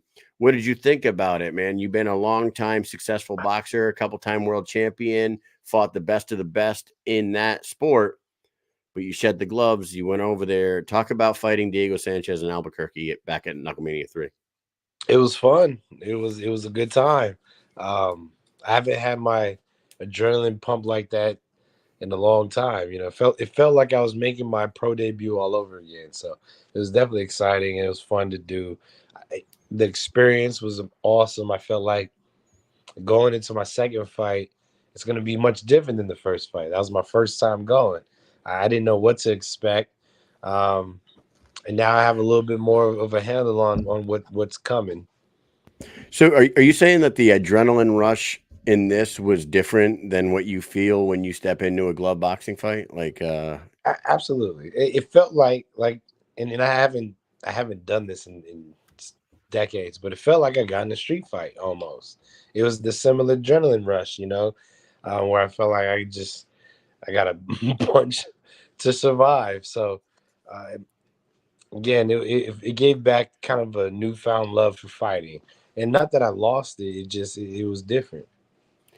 Is it true that you didn't train for that fight? I think I saw another podcast where you said you didn't train for that fight. I wouldn't say I didn't train. I just didn't train hard. Oh, okay. So you were just going to the gym and doing normal boxing training. I'm always going to be training. It just depends, how hard do I feel like I need to train, and obviously I didn't need to do much for Diego. For Palomino's a different story. We trained hard for this one. What about bare knuckle? Did you think? What did you not expect? Was there anything that happened during the fight that you were like, no, this didn't work out the way I thought it was going to? I thought it was going to be an uglier fight. I thought it was going to be a lot more holding and hitting, a lot more of that kind of standing, clinching, standing, grappling. I thought there would be more of that. But, the first round, I engaged in the clinch, and I bodied Diego, and he didn't want to grab me no more. So we're going to try to do something similar again, Make him pay when you're inside and stay on the outside when we want to. When you dropped him, I want to say it was the fourth, that was so fucking slick. It was like he threw I think he threw like a left hook or a right hook at you. But either way, you slipped and you circled out real quick and you hit him with a left hook that just put him on his ass. That whole sequence right there was just so smoothly done. You can tell that you were feeling it. You were feeling yourself a little bit in there. Your boxing skills were showing right there. Like I don't think Diego. He was moving a little robotic in that fight. I thought Diego looked a little, off. He's getting older and he's been hitting the head a lot. And we do love Diego Sanchez, but like his hands were real low. Did you notice that? Like and he kept started popping him doing with the jet. Yeah, he was doing yeah, this, and my hands were clenched the whole time, but it was a little weird. But it was a little weird. And again, first fight they give me Diego Sanchez. He's a beast. I'll take. He's a beast in his own realm. This is more my realm. Same. I feel the same thing about Palomino. He is a beast, and in MMA and in BKFC, he's made his realm. But he's gonna see next week that it's my realm now. Now, okay. I feel like we should address this real quick, and I don't know if you like this fucking topic or not, but after that fight, there was let's talk about it. A lot of shit on the internet about the Vaseline, and I rewatched that fight several times, and I can't even see. I did see what they said, what they showed. Like people were really sniping in on that shit, but how that would have affected the fight because there was barely any clinch work in the fight, and I watched it again yesterday, and I'm like, talking to Mike on the phone while I'm watching it, I'm like, dude, I don't see how it would even have affected this fight at all. What do you have to say about that whole Vaseline gate, man? Let's hear it. He's a crybaby, man. You know what's funny? Because right after the fight, and I mean right after the fight, we're doing an interview together, and he's like, man, his jab, his footwork, his speed, I wanted to clinch him more, but all those things affected my clinch. So he gave the credit to the jab, the footwork, and the speed. It wasn't until Sean we were there for that. Put a video. Yeah. It wasn't until Sean Strickland put a video out probably the next day. And he shows my coach putting Vaseline on my shoulders. And he's like, Diego, you need to call somebody because they cheated you, man. Sean Strickland put this in Diego's head. Diego, who's I don't see as a person who's thinking for himself much, he took that and he ran with it. And I mean ran with it. Like Vaseline gate became a thing because he never even read the rules. He just went off of what Sean Strickland said in a video that had nothing to do with us. And he just ran with it. So I try to tell everybody, please go read the rules. BKFC doesn't have anything specific. So then you go to the commission, and New Mexico Commission says you can put Vaseline on any exposed part, just not access. And we put Vaseline on in front of the commission. And then my coach put on a little bit more in front of the commission and in front of the ref. In the video he was standing like the commission was standing right there. We weren't hiding or sneaking or cheating at all because these were in the rules. Again, go look up the rules, and even Palomino said something like, "It's in my contract. He can't put extra Vaseline." And it's like, look, if Florida don't care, it don't matter what your contract says. I'm gonna do what I can do, what is allowed to be done. Man, not in my entire life would I have ever thought that Vaseline gate was going to have anything to do with fighting. I can tell you that right now. Well, maybe bare knuckles, but not fighting. Not fighting. But when he got his ass whooped, and he was trying to look for any excuse to blame it on, except for my superior skill. All right, let's move on from that. So you get done that. Palomino jumps in the ring. You guys have a conversation in the ring there. He says, let's do it. You say, let's do it. You say, boss, let us get a contract. We'll do it. Then they announced that you guys are going to fight each other in Las Cruces. And I want to say it was like June, right? But it ended up getting moved to Florida. What is your side of the story with that? What was the reason for the fallout of that fight? And why did we have to wait until now to see this one? So yes, and I'm glad you asked that question, because from what Palomino's telling everybody is that I was asking for more money, and that's why the fight didn't happen. That is not true. In fact, I even agreed to take less money than what I thought was fair, and it still didn't happen. I think, and I don't know, but I think it had something mostly to do with the person that Palomino ended up fighting for the 155 title. I want to say Lily. Was it Lily that he ended up fighting? James Lily. Yeah. He put up And it was a good, he he had a problem with that because he's like, look, I'm next. Don't skip me. Plus, I'll do it way cheaper. So, in it was a valid argument. In fact, I got a lawsuit with the WBO for them skipping me and screwing me over for my belt back in 2015. So valid argument. I think that's the real reason why there was mandatory situation. Lily was ready. Needed to get his shot, and he was going to do it for cheaper. So with the business and the politics, and that's what I think happened. He took care of that. Now we're here fighting for the vacant belt. Wow, two very different sides. Yeah, I was looking for 155 belt, but we're when we talked to you the first time, I think we talked to you after the fight, and you said you weren't used to carrying that much weight in the ring at 165 pounds, and you had told us that you think from next one is going to be lower. Now here we are, February 2nd, 2024, and you're right back in the 165-pound division, but there's a belt on the line. Right. Now it's been a little bit of a gap in time. Have you stayed busy? I think you took a boxing match, right? You had a boxing match in between. I had a boxing match in October. Right. Okay. God, because if not, then my last fight would have been a year ago. Right. It's not good for me. I'm more of a stay busy, stay active, stay sharp type of fighter. But thank God I've been in the gym. So you fight Diego. Just like John Anik went off on his rant about MMA fans, BKFC, bare knuckle fans could be a little rambunctious, a little fucking hasty at times. So the Vaseline gate comes out and they all fucking take sides on that and they go crazy, right? And then now you are fighting for a title at 165 pounds in only your second fight. And there are some naysayers out there that say he's jumping the line. And there's a ranking system. What do you say to those people that have a problem with you hopping the line and fighting for the vacant title? Do you have a message to those people that listen? I get that it. Pipe up on the internet. I get it. It's. I'm not gonna give up my opportunity because somebody doesn't think it's fair. But I understand. And as champion, I plan on going down the line.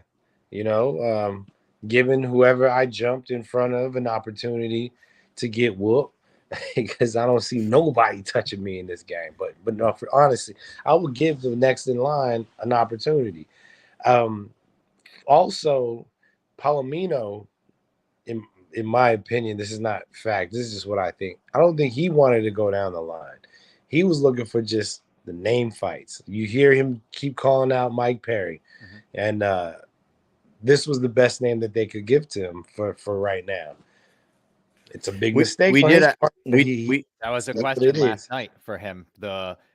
Whether he is, because he does talk about legacy a lot, but recently he's been talking about money a lot.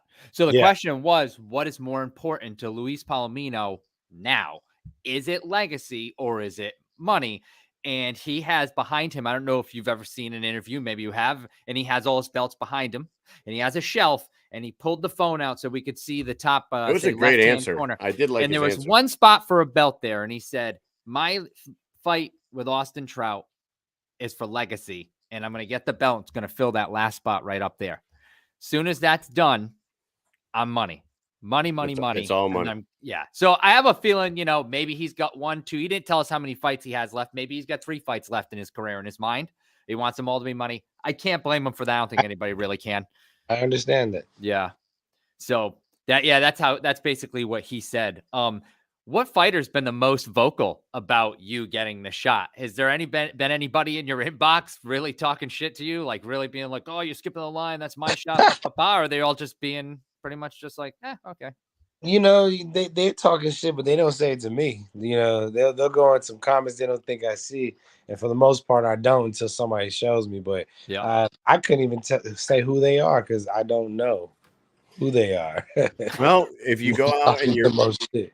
Right. And you know how BKFC keeps people active. If you come Yeah. out with no injuries on February 2nd and you are victorious and you become a champ, you could very well fight every 3 months. You know what I mean? It's like Yeah, as long as there's not a medical suspension, as long as you're not put on some sort of medical suspension, you're good to go. Let me ask you this: you're fighting him in Miami this time. Your Mhm. first fight was in Albuquerque. It wasn't your hometown, but it was right in your backyard.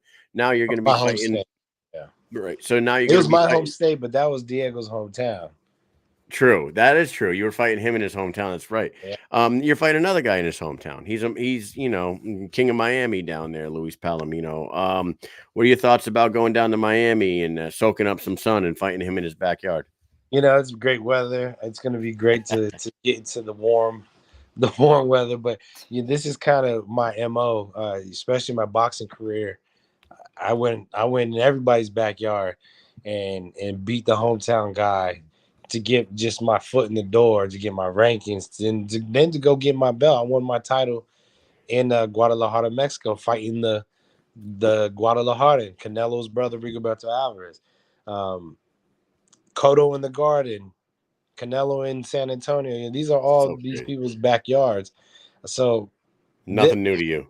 Nothing new to me. I'm actually comfortable with the booze because I shut them up. That's kind of my thing. I'm comfortable with the booze as well, but it's different booze that you're talking about. I'm very tolerance, huh? Very, very comfortable with the booze. Very comfortable with the booze. Yeah, dude, that's awesome. That's fucking great. You know what? I don't know if you know Mark Hunt that was just on the show before you. I absolutely do. Are you an MMA fan as well? You pay attention to him? Man, yes, sir. Between you and him, this could be the craziest resume of fighter. Like back to back, he fought Fedor, Alistair Overeem twice. He fought Mirko Krokop and Vanderlei Silva and all these fucking legends. And then you got you not, beating Miguel Cotto and fighting fucking Canelo Alvarez and the Charlo brothers. It's like it's just and his brother. It's like, yeah, this could be the most stout list of resumes we've ever had on the show. It's a great resume, and it's an honor to be Trout around these type of it's crazy elite fighters. I mean, this is the type of people I like to be around. So let me ask you about elite fighters. Let's talk about you and your resume, right? This is a good segue into this. You and your resume, and you take a look at Luis Palomino. He is 8-0. He has fought some monsters in the BKFC. Most of them have MMA backgrounds, but a couple of them have boxing backgrounds. 9-0. He's 9-0. 9-0. Sorry about that. I thought it was 9-0. I didn't want to. 9-0. My bad. I fucked that one up. But 9-0. Most of his fighters, his opponents were MMA backgrounds, but Lily and Good John came from a boxing background, and they had bare knuckle experience in the past. I'm sure that you've taken a look at his fights in preparation for this. What do you think about his level of competition, in comparison to what you've been through in your life?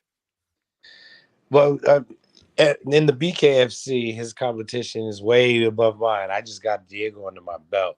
If we go to our previous records in boxing and MMA, he has a good fight with Justin Gate, but I feel like that may be, and forgive me if I said his name wrong. Gaethje. Yep. Yeah, Gaethje. Yep. I think that may be the biggest name he has on his record. He does have a win. You know this guy, Jorge Masvidal. He does have a win over Jorge Masvidal. Okay. He does have a win over Jorge. Yeah.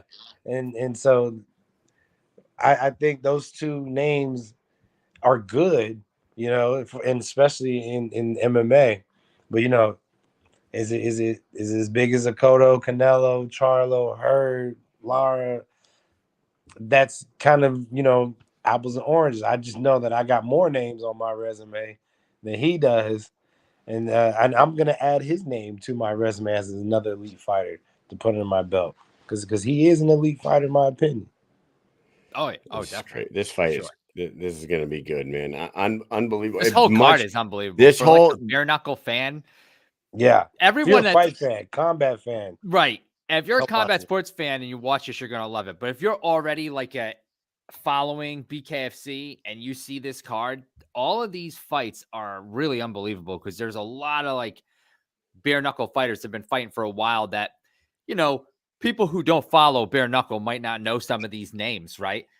That's why we have you on the card. You have the Palomino on the card. There's guys on the card that people will recognize outside the sport. Draw these people in, and then they come and see the other fighters that they're missing out on, really and truly missing these great fighters. This card is a display of bare knuckle artistry. It's going to be wonderful. It really is. It's unbelievable. I love this card. It's going to be a great card. I'm very excited. We're really ready for whatever Luis can bring. And we know he can bring a lot, but that's all right because I can handle it. It's going to be a much different fight than what we saw out of you with Diego. You know, his speed is different. His striking is more crisp. He's done it 9 times already. Do you see it going the distance, or do you see it ending early? You know, I don't feel like it's in my best interest to let it go the distance. You know, Good answer. He's a 9-time winner in the BKFC. He has the most defenses. They may want to just let him keep it. So it's not in my best interest, especially at home. We got to stop this man. And I think you already answered my last question for you. The 165 division, you had talked about going down to 155, but you will be a champion if you do win this fight. Correct. The plan is to stay as active as you can as long as you stay healthy. Exactly. And I do plan on fighting whoever's next. Who's next up? You know what I mean? Who did they say is the number 1 contender? Could be Jake Lindsay, maybe. Jake Lindsay. There's a few names out there. Alvin Brito and let's clear it out. And then I'll go for my money fights. Love it, man. I love it. Austin, we're gonna see you next week at the weigh-ins, February 1st. Any final words to anybody that's gonna be watching on February 2nd? Oh, February 2nd is to be crowning of a new champion. I think the numbers have already spoken. The second month and the second day in the 2024, 4 is only 2 times 2. In my second fight, I'm going to be a 2-time, 2-sport world champion. Wow. I don't know what 2 means, but it means good things for me. It's following you around. Yeah. I like that, dude. I like it. February 2nd, Austin Trout versus Luis Palomino. Thank you very much for stopping in, and we'll see you next week, bud. All right, have a good one. Thanks for having me. Sorry for my delay. It's fine. It happens all the time. That's the beauty of being live. You know what I mean? It happens all the time. We're used to it, Austin. We'll see you next week. Thanks for coming on, bud. Take it easy, man. Here he is, Austin No Doubt Trout. Yes, sir. This is really funny, but it's crazy that he answered this specific question that I am going to ask. This is insane. I don't know how this happened yesterday. Too, I think. All right, so we have a picture here. Jomi's coming in a second, by the way. Austin, No Doubt Trout. We're going to be giving this away just like all the other questions. If you're on Facebook and or Instagram, not Instagram, Facebook or YouTube, not on Instagram, cannot win it on this Instagram. You can win this poster by answering this question, and here it comes. He just said the answer just a second ago, which is insane when you hear the question. Austin Trout, to win the WBA light middleweight title, Austin Trout defeated this pro boxer's brother. He just said it. That's crazy. Is that not insane that he just said that? When he put that out, I was like, is he like looking at my notes? What's going on here? Why would he even just go and just say that? But anyways, I'll tell the person who wins in the comments, and let's bring obviously DJ Tony wasn't paying attention. Hey, let's go ahead and bring him on. We talked to Isaac Doolittle last night. The Battle of the Beards is going down, but it's also a battle to see who is next in line for that 185-pound title. This guy's right there at the door, and he's got this is one of the most exciting fights on this card, full of fucking excitement. Let's bring him in, the Archangel himself, Jomi Escoboza. What's up? What's going on, dude? How are you? What is happening? Good. Everything good. How's everything with y'all? Oh, you know us. Back-to-back nights of insane shows, and we are beyond excited to get back on the road. 2 months off from going to events for us. We're having withdrawals over here, man. Yeah. I'm fiending right Oh now. man, I feel you. That's how I feel, man. I haven't fought since August, man. I'm like fiending to let these go. Oh, Hey, look, we got a card to look forward to this weekend at least, so you can get a little bit pumped up with the January 27th card. Yeah. And then you got your fight coming up. Oh my Lord, I can't believe it. Back-to-back destruction. Oh, God, love it. So your last fight was Mohawk, this crazy wild son of a bitch from Michigan. I love that guy. I love that guy's energy. He's like the happiest guy in the world. Yeah, oh my God. What'd you think about Mohawk in there? No, man, he's definitely a beast. He's a warrior, you know. When they offered me that fight, I was just like, you know, I don't care. You know me. I was like fiending to fight, haven't fought in over a year. So I didn't even really, you know, look at the name. I was just like, give me the contract, sign it. But yeah, that fight was a good push, you know, for me, because like I was gassed in the first round. My gas tank out the window the first round. I was fighting on straight dog like the whole fight, because like I felt so sluggish, you know, trying to gain as much weight as possible, trying to, you know, move up to 205, because I was cutting weight for the Lakeland card. So, you know, I was maintaining weight to, you know, to fight at 185. That fell through. So then, you know, last minute, they're like, all right, all we have for you is this guy at 205. Crazy, you know, 2 knockouts. All he does is come forward. I was just like, give me the contract. I don't care. I need to fight. And then, yeah, man, we're stepping on the scale, like right before we walk out. He stepped out on, like, he weighed, I think it was 230. Ryan comes back because he was watching him. Ryan comes back. He's like, yo, this motherfucker is weighing 230. I started laughing. I'm just like, fuck it. I'm just like, fuck it. Well, let's go. He was 230 pounds. Getting a phone call. You hear me? Yeah, we can hear you. Yeah, that man blew. You didn't see the size difference? Yeah, we saw. You didn't see the size difference? But it was a 205 fight. So, like, yeah, I don't think we realized that. I didn't realize that he was so overweight. When you actually got into the ring, what was the difference? Yeah. Was it that big in the ring? Like, did he gain much more weight and you couldn't catch up? Like, what were the weights? Do you know? Oh, yeah. So when he stepped on the scale, you know, before walking out 230, Ryan comes back. He's like, you know, I'm just laughing and shit. I'm like, fuck, who cares? And then when I step on the scale with everything on, you know, everything and shit, I weigh 199. I was like, what? I was surprised myself. I'm like, damn, I was dropping weight. I lost weight. Hold on. He's a I'm sorry. We hear you again. Mr. Popular over there. Okay, yeah. A lot of people calling.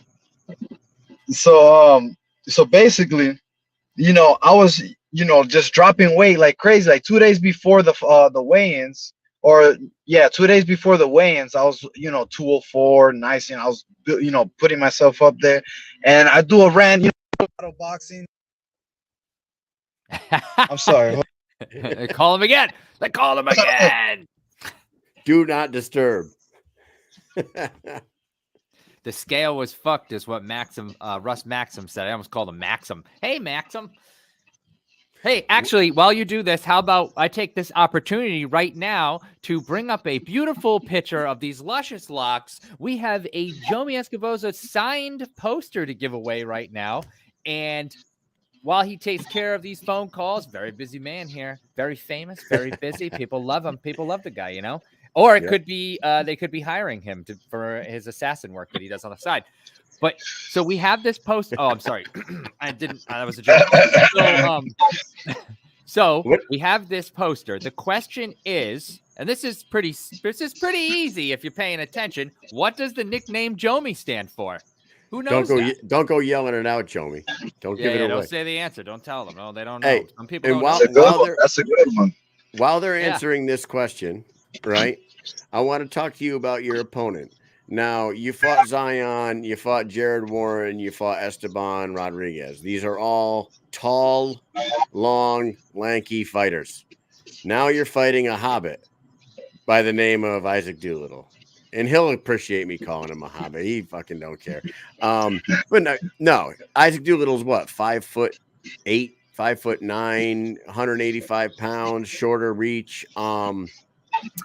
This is a different preparation than the last three guys. So, what do you think about fighting a guy at the stature of Isaac and with the tenacity that Isaac brings every single time you see his fights? He's a fucking dog in there. He's the honey badger for a reason. So, talk about the difference in opponent from your last three to this guy.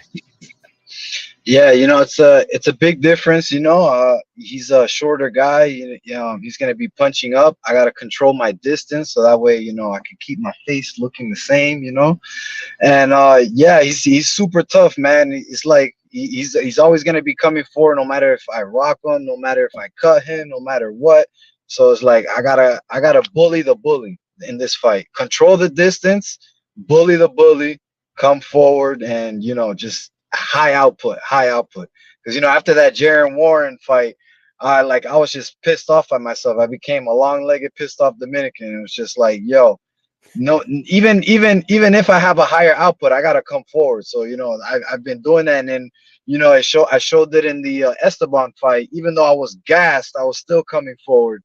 And yeah, so I gotta come forward, bully the bully, and not let him, be on my chill son. And I can't let you get close. I can't let you get close. Can't yeah. Dude. Anytime Chael is brought up, it makes me happy. Man, we just had Austin Trout on. Austin Trout got to commentate with Chael Sonnen at BKFC 41. We actually met Chael. Have you ever met Chael before? No, I haven't met him, man. I would love awesome. I would love to meet him, man. I'm a big fan of Chael, man. He's an amazing guy on the mic. He can talk the shit. He can back it up too. That was like one of the highlights. It's so crazy too because he doesn't have much to do with bare knuckle besides just being a commentator, or an analyst for BKFC 41. But when we found out he was there, we were like, we got to find this motherfucker right now. When we found him and talked to him, he was super cool. Like, it was, even Kyle said this after, he's like, I was afraid that we were going to meet him and he was going to be a dickhead, And I'm like, oh my God, because that would ruin everything. Because like you just said, like, huge fan. Love the guy, love his work. Think he's awesome, so super funny. He's had some awesome fights too. Like, the guy is just an icon in the sport. But if he would ended up being like a super douchebag, man, that would have really sucked. That would have really sucked. He was cool. He was right. cool. It would have ruined. It would have ruined a lot of like great memories I have of being an MMA fan. Of like all like there. I still say it to this day. The best press conference in the history of the world is him and Tito Ortiz for Bellator when he just absolutely destroyed Tito Ortiz. And if you're not familiar with it, Jomi, and you're not busy later, look it up on YouTube. It's the greatest thing ever. No, I remember that shit was hilarious, man. Every time he gets on the mic, it's just hilarious. Like, the man, he's just perfect with the words and everything. Like, he just knows the right phrases, knows how to rhyme. It's like quick. It's like he studies it. He writes up a script and studies that and comes out and just delivers it perfectly. Yep. Yeah, it was fucking awesome. Now let's get back to what you were saying right before that. You were talking about cardio. You were talking about you're not letting him get close to you, high output. But you did talk about your last fight. You were gassed. Was it 100% because of the extra weight that you had on you? Are you completely confident in your cardio going into this one? Because you did see every fight that fucking Isaac does, but like his output is no joke. And perfect example of that. The Mike Richmond fight, he threw like 100. For sure. He threw like 160 punches in one round in that fucking fight. So, how you feel about your cardio and the ability to match the output of the Honey Badger? My cardio is feeling great. Like that for that fight with Esteban, the reason why I was so gassed because I was already getting close to the 185, and then I was thinking that I was gonna fight at 185 for that event. And then they hit me with that last minute 205. And I was just like, whatever, let's just pack on the weight. Hit up my brother, Jeremy Smith. He got his own, nutrition shop out here. And, I was like, I came to him. I'm like, bro, hook me up with whatever I need to get to 205. He was just like, I got you, protein, aminos, supplements. And I was just, packing on the weight. but I wasn't packing on muscle, I wasn't packing on like mass. It was more like water and liquid weight. So yeah, I was feeling like super sluggish for that fight because it's like I never really, try to put on a bunch of weight in such short time. So yeah, that's the reason why I was like feeling so sluggish. And then this whole entire time after that, I just been focusing on 185 because I knew I was gonna fight at 185 for the next fight. And yeah, man, I'm super confident in my cardio right now. And my main thing is always, throwing more punches and landing more punches than my opponents. And in any fight, just because I always want to win the numbers game. So I'm confident that I could definitely outpunch Isaac Doolittle, even though he has that how do you call it, that reputation for high output and just being a dog. So Bulldog, I just gotta be the bigger dog in this fight. Is it tough when you were watching last night? The guy's like, I'm going to say a lovable guy. He's like a lovable guy. Like you start talking to him, he just has this like aura, this personality, like he's going to lull you into a sense of love, like you just like the guy so much. Like you're worried about that. I feel like that's like a little trick there. I feel like he's like super nice. He's joking with you. He's such a nice guy that you get in the ring, like, I really like this guy so much. You know what I mean? No, I'm not gonna pound his fucking no face fucking in. way, right, Jomi? No way.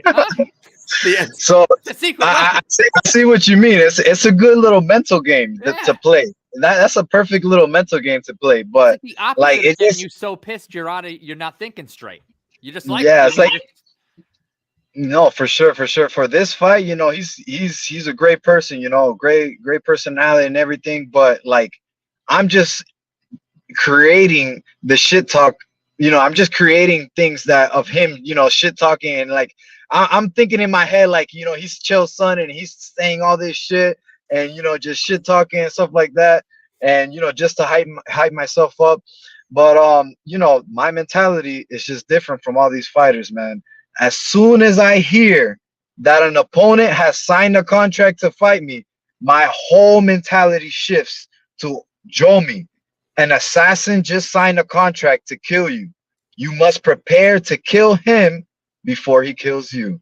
So like, that's my whole mindset. No matter how nice they can be, no matter how, and like in my pro career, I don't touch, I don't shake hands. I don't do none of that before the fight because like you sign a contract to fuck me up. Like I'm not gonna, like respect to you, your personality, you're a good person, respect to everybody, all my opponents.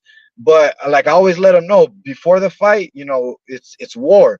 After the fight, we can shake hands, hug it out, have a beer, smoke a blunt, do whatever, talk shit after the fight, whatever, become friends, train after, do all that. But before the fight, man, it's war. We're here to kill each other within the rule set. You're more likely to have a cup of coffee with Isaac after the fight. Yeah. Hey, that'll be pretty dope. I don't know about that cat shit coffee. That Kopi Luwak. I remember seeing that on like the Food Channel or some shit. I'm just like, oh, I don't know. Dude, We're probably going to be there with a bag in there. We're probably going to be there with a bag for the next morning, not before, but after the fights. Saturday, we might be in the lobby with a little. Little cat shit coffee. Yeah, little cat shit coffee. I might need a little espresso shot of that cat shit coffee just to say I did it. I know that's what you do. We'll put little shots. Everybody will do it. We'll get everybody's like feedback. Yeah, I think it'll be funny. The funny thing too is like I love coffee, but I don't drink it too much. Yeah. But I love the taste of it. But when I drink coffee, woo, that thing runs right through me. So the cat shit coffee gonna create a lot of shit. It's gonna be like a 2-time. It's like a shit squared. It's a shit squared. Yes, I love that shit. Oh man, that's fucking. I did some research. I was reading a bunch of stuff about that today, and like some of the stuff that people say about it, I'm like, I don't know if I want to try this shit, dude. To be honest with you, imagine you buy a fake bag and it's made out of humans eating coffee beans and shitting it out. No. You might have just started your own business. Ebola. That would be Ebola. No, please don't anybody do that. Please, that's not humans. No, come on. Oh, dude, Jesus Nobody Christ. wants that shit. Literally. All right, Jomi. Hey, so you win this fight against Isaac. Say you go in there, you get this W, you move to 9-1. You already got the most fights in the division. You already got the most wins out of anybody in that division. Now that Lorenzo's gone, right? You and Lorenzo are the most active bare knuckle fighters, since it became legal. We have talked about it on this show, not to you, but we talked to Jared Warren about it, and we talked to Isaac last night. Do you see this as a title eliminator for what we assume is the vacant 185-pound belt, with the winner of this probably squaring up with Jared Warren in the future, which would be a rematch for either one of you guys? You guys have both fought Jared. It would be another go round with Jared Warren for a vacant title, or do you see something else in your future? Oh, that's a for sure right on. After this is basically a title eliminator if you look at it. Like two guys in the division that are like in the top of the division. I'm not ranked, but we all know I should be, right? And but yeah, this is a perfect fight for me to go out there, get a big win, and show why I should rematch Warren and get that, run it back real quick and get that win back, because we all seen me throw more punches, land more punches, and create way more damage. But walking backwards, throwing single jab, only using one hand, you can't really win a fight like that in somebody's house. So I understand, but hey, man, you see this knuckle right here, that big old moose knuckle right there? Yes, I do. I see. I've been seeing that hand. While you're sitting there talking, I've been looking at your hands. I do that a lot when I'm talking to bare knuckle fighters. I always look at their hands, and you look like you got a couple mitts on you for sure. Look at them fucking. Oh yeah, for sure, man. And then I gotta give thanks to Zion, because this came from the Zion fight. I was blasting that left hand on his head, man. He got a strong head, and swelled up my hands, but I did the proper recovery for it. And the little cracks, the little micro fractures filled up with bone. So now all of this is just extra bone. Now I feel like, like a Weapon X, like Wolverine, like added, like I got some adamantium in here. Who said they were like Wolverine yesterday? Palomino said that yesterday. Yeah, Palomino did. Yeah. He said he went after his surgery, 6 weeks after his labrum surgery, he was in there training again. He said he had that Wolverine in him.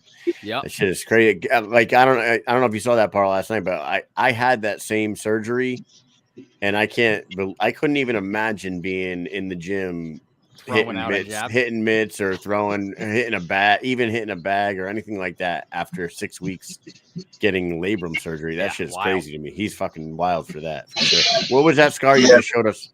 That was surgery. So this was my left hand ring finger. I broke that in the second round, a minute into the second round of the Leo Pla fight, which was the quarterfinal for the 185-pound tournament, BYB.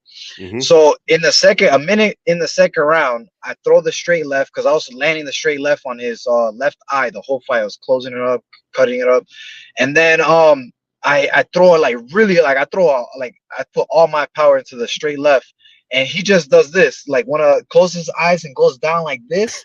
So then instead of hitting his eye, I hit his forehead, and then I heard one of those, I don't know if you can hear, but like the knuckle cracks and shit. Yeah. And then I was like, that's probably just my knuckle cracking or whatever. I didn't feel it. Adrenaline, you don't feel anything. And then a minute after that is when I cornered him into one of the death corners that I used to call it.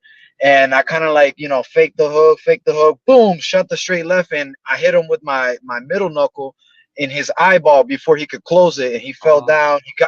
He tried to get back up, and then the ref looked at his eyes like, "Yeah, you're not gonna fight." But he kept trying to fight. But then that saved my hand, for me landing that. I walk out of the cage. The doctor goes, "Oh, you good? You good?" Me hyped up, from the crowd and everything. I'm like, "Hey, I'm good. I'm good." I go in the back, take a shower at the Hard Rock. And then as I'm taking a shower, my hand's just blowing up. And I'm just like, oh man. And like I can't, make a full fist. So I'm just I can't make like a close Now fist. you're, So now I'm you're just like, starting to know something's going on. yeah. I'm like, all right, I gotta go get that insurance paper. You know, I gotta go see the doctor. So then I go see the doctor, man. He starts squeezing my hand, you know, just making sure he was squeezing the part, you know, where it was broken. And like the pain level was maybe like a 6, 7. And because he asked me, you know, from 1 to 10, and he was like, okay, with the pressure that I'm putting on right now, I really don't think that there's a fracture. It might be, you know, you got a jammed or something like that, but I don't think it's fractured. So I was like, oh man, you know, super confident and stuff like that. I go to, you know, after the whole event finishes, I go to the hospital to get x-rays and stuff. They come back, they're like, yeah, you're gonna need open hand surgery in like 5 days. I'm like, what? You know, they show me the x-ray, the bone was like this. Ooh. Yeah, like right in you the want to middle. go back Like, and slap that? Who Well, you was the think doctor? because of the swelling, though, because he's Yeah. squeezing and it's so swollen that he probably thought like, oh, it's probably not broken. It's just the swelling that he felt, like he didn't know that it was actually broken because of that. Yeah, swelling. and because of like the pain that I was feeling, it wasn't like as painful as Right. as Yeah. a fracture is supposed to feel. So he was like, okay, but he was like, still, you know, go get an x-ray because we don't know. I'm just telling you, you know, an educated guess from the pain level and from the swelling and how it looks. So, you know, and I was like confident, but then when I did that, you know, I was like, damn. So I had to go get surgery. But thankfully, a week after that fight was when COVID hit down here. So that was March 7, 2020. So then I had like a whole year to recover basically until I came back and fought. But I was in a cast for 3 months, and right after I got out of the cast, my hand was good and I started strengthening it up, and after 3 months I was back to punching. So it's pretty good. And the doctor said that they put a metal plate in there, so you know I'm like Wolverine for real. And then yeah, the doctor said it's supposed to be stronger now. And when they did x-rays after, like, you know, months after the cast came off and everything, they were like super surprised how quick it healed and how strong, you know, it was and stuff like that. So it's pretty good, you know. Too bad you can't throw backhands. You'd be hitting people like Lex Luger back in the day with the forearm. He had the Hey, but even still, like just punching like this, it's a lot stronger now. So, you know, it's still giving me that good support on the fist. We're glad to see you back in there. What have you been doing since August? Like, what is that? August? You fought Esteban in August, right? August, September, August 25th. We actually watched that. It'll be 6 months. 6 months since Tom's Watch Bar. So like, we've been doing these watch parties in Connecticut because, you know, BKFC, bare knuckle isn't legal in Connecticut yet, nowhere in the Northeast. So when we're around where we live, there's nowhere to go to watch the fights besides your own house, and the fights aren't happening here either. So there's nothing. So we basically like partnered kind of. We work with this restaurant that we actually met the owner out in Denver, and he owns this restaurant in Mohegan Sun Casino. They said, hey, you guys could do watch parties, BKFC, in the restaurant in the casino. So like, we're like, hell yeah, let's break BKFC into the casino. So we asked BKFC, hey, give us some stuff. So we went there, and actually your fight was one of the fights that was on that night. We watched that whole card, and like there was a bunch of people there watching it and enjoying the hell out of it.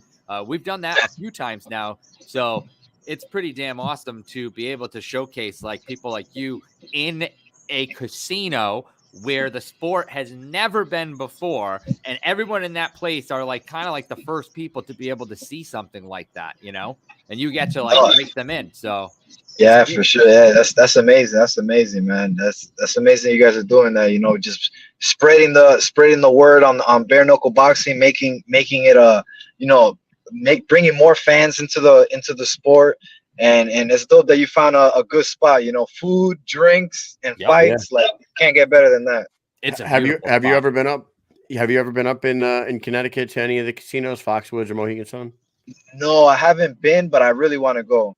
I really want to go. They're nice. They're huge. So Connecticut is this like rinky-dink state that I live in, and Mike lives in the smaller rinky-dink state right next door in Rhode Island. But in my little state are the two biggest casinos in the world. Like they're the like square footage wise, size wise, they're the two biggest, and they're like 20 minutes apart from each other, Mohegan Sun and Foxwoods, and they're incredible establishments. There's everything you would want under the sun in those fucking things.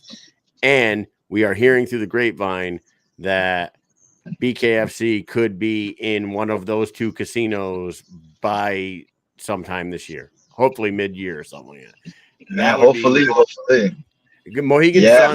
Mohegan Sun Arena was the home of Bellator for a long time. Yeah. I remember hearing a lot and seeing a lot of Bellator shows. Right. So Bellator made Mohegan Sun like their bubble during COVID. So like, okay. So like you would go down the Mohegan Sun and like there'd be Bellator fighters like living in the casino down there and like living in the fucking hotel. Because they got the hotel attached to the building. Yeah. They don't have the hotel. Right. Yep. So it was like every couple weeks there was Bellator events at Mohegan Sun. So Mike and I and some of the other guys from the Army, we'd get like free tickets from VetTix and go down there and that arena is perfect for your sport. It is absolutely. It holds about 10,000, but for an event like that, they could put 7,500 nicely and still build the ramp and shit. Yeah. And no doubt in my mind, 7,500 people would go in there and watch you guys. And that place, the acoustics, the sounds, everything about it is made for fighting. Oh my God. Oh yeah, man. I love arenas that that with the acoustics and all that, that you get all the noise and the screaming and the yelling. Like I love that, man. I love that. Like Hollywood. It's kind of like that, like the Hollywood Hard Rock. It's just like the perfect way to absorb all of that energy. And just like I'm one of those fighters where like I never crack under pressure. Like I never nothing. I've never been nervous for a fight, which is weird to me. Not even my first amateur fight. Never been nervous, but all the noise, like I feel like Goku creating the spirit bomb every single time. Like I just lift up my hands. I'm like, yes, give me all of the energy. Even at the how do you call it?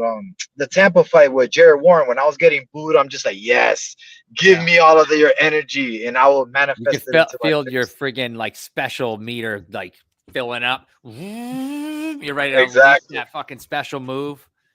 Right. It's kind of like the Iron Fist in the comics. Like when that energy comes to the fist, that's how I feel.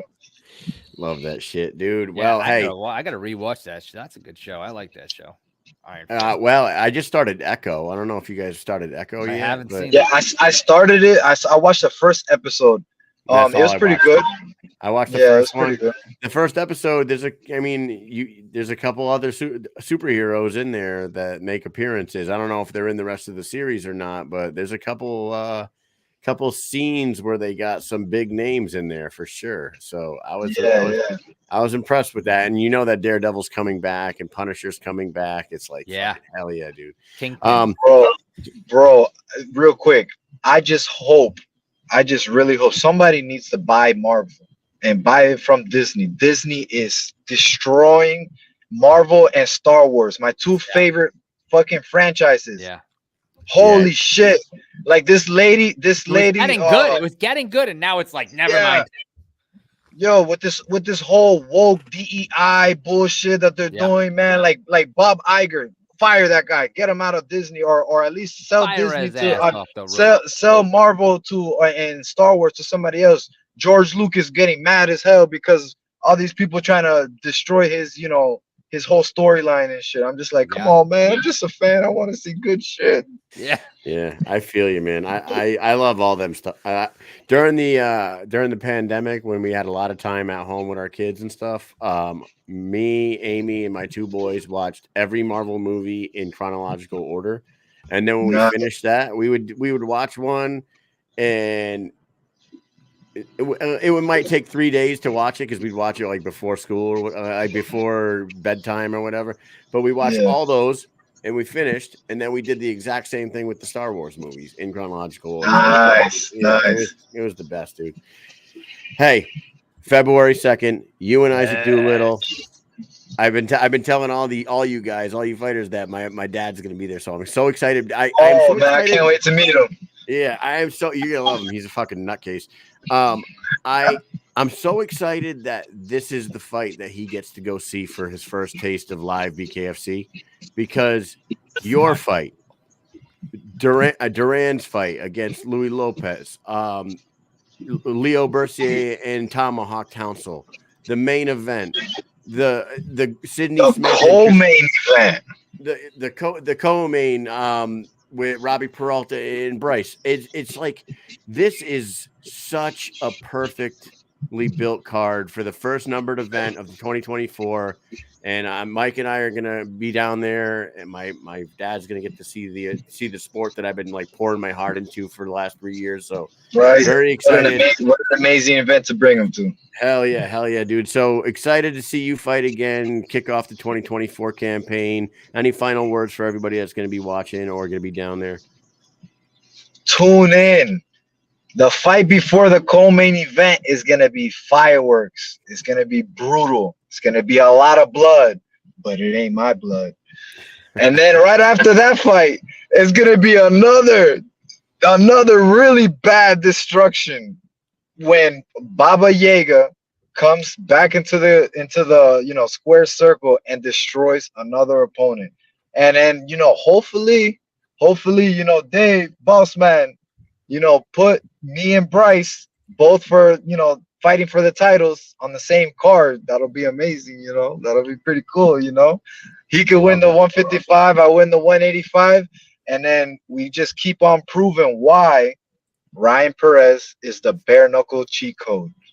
That's my big brother right there, man. He's been since my last fight. We just been cooking.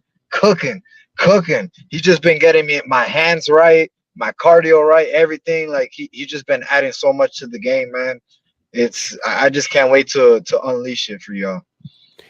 I was gonna say, you obviously paid attention to what was going on with Luis Palomino last night when he said he's vacating that 155, and that opens up the door for Bryce, 22 years old, about to be in his fourth fight. He'll move to 4-0 at this point if he wins, and when he fights, if he gets that W, he moves to 4-0. Yeah, 4 KOs.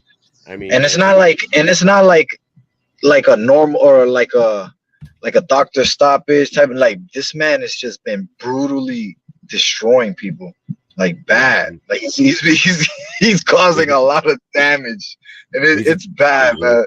He's a phenom. He's like what they call a phenom. You know what I mean? Young and skilled beyond his years. So I can't wait to see you guys down there. Mike and I will be down there February 1st. We'll catch you at the weigh-ins, and thank you very much for coming on tonight, man. As always. For sure, man. Thanks for having me.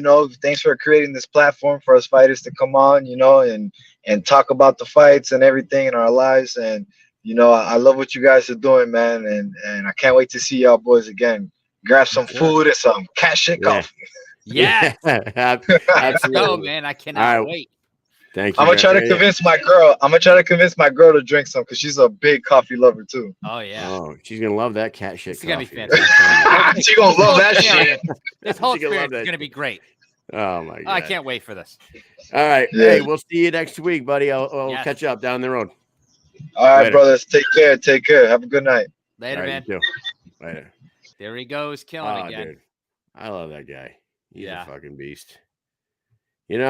This card, we don't have a show next Wednesday, guys, because Mike and I are traveling for the event. So, we did back-to-back 4 guest shows this week, and I want to say thank you to everybody we wanted on. Yeah, I wish we could have got Bryce Henry and Ryan Reber, Ryan Peralta, all these guys, Christine Vicene, Sydney Smith. Oh my God, there's only so many hours in the day. Yeah, but we'll get them there. Maybe one day we'll get like a contract like Ariel has, and we can do 2 6-hour shows a week. We just won't work anywhere else. We'll just do that. Right. That's what I would love to see. I would love to do that, dude. I would love to do it. Shout out to Bryan Duran for speaking of Bryan Duran, keep going. Shout out to Bryan Duran for sliding, making the adjustment and coming on a little earlier than we scheduled. Obviously, there's sometimes we have mix up with time zones, and Austin Trout moved to later on in the show. Shout out to Bryan for coming on and kicking off the show with us. Mark Hunt, what an absolute beast in the world of mixed martial arts and combat sports. He's going through so much crazy shit. You heard him tonight. Thank you to him for coming on, opening up with us, and I hope to God that we see him in the BKFC very shortly, because you know, a lot of people will say he's 48 years old. He's 48 years old. Okay. Well, you know, Houston Alexander is 52 or whatever he is, and he's fucking 4-0 and putting on like fight of the year candidates. So relax with that shit. You don't have to roll around. You don't have to do jiu-jitsu. You don't have to kick. You don't have to wrestle. 48-year-old men can throw hands. I'm telling you. And he can throw hands with the best of them. Thank you to Austin Trout for coming on, and thank you to Jomi as always. Great talking to all these guys. So, what do we got, Mike? So before we take off here, one last poster to give away. Kind of forgot about it in the beginning of the show, but because things did get a little bit topsy-turvy in the beginning, we have this Bryan Duran signed poster, courtesy of Extreme Bare Knuckle fans, BKFC fans page. Sorry.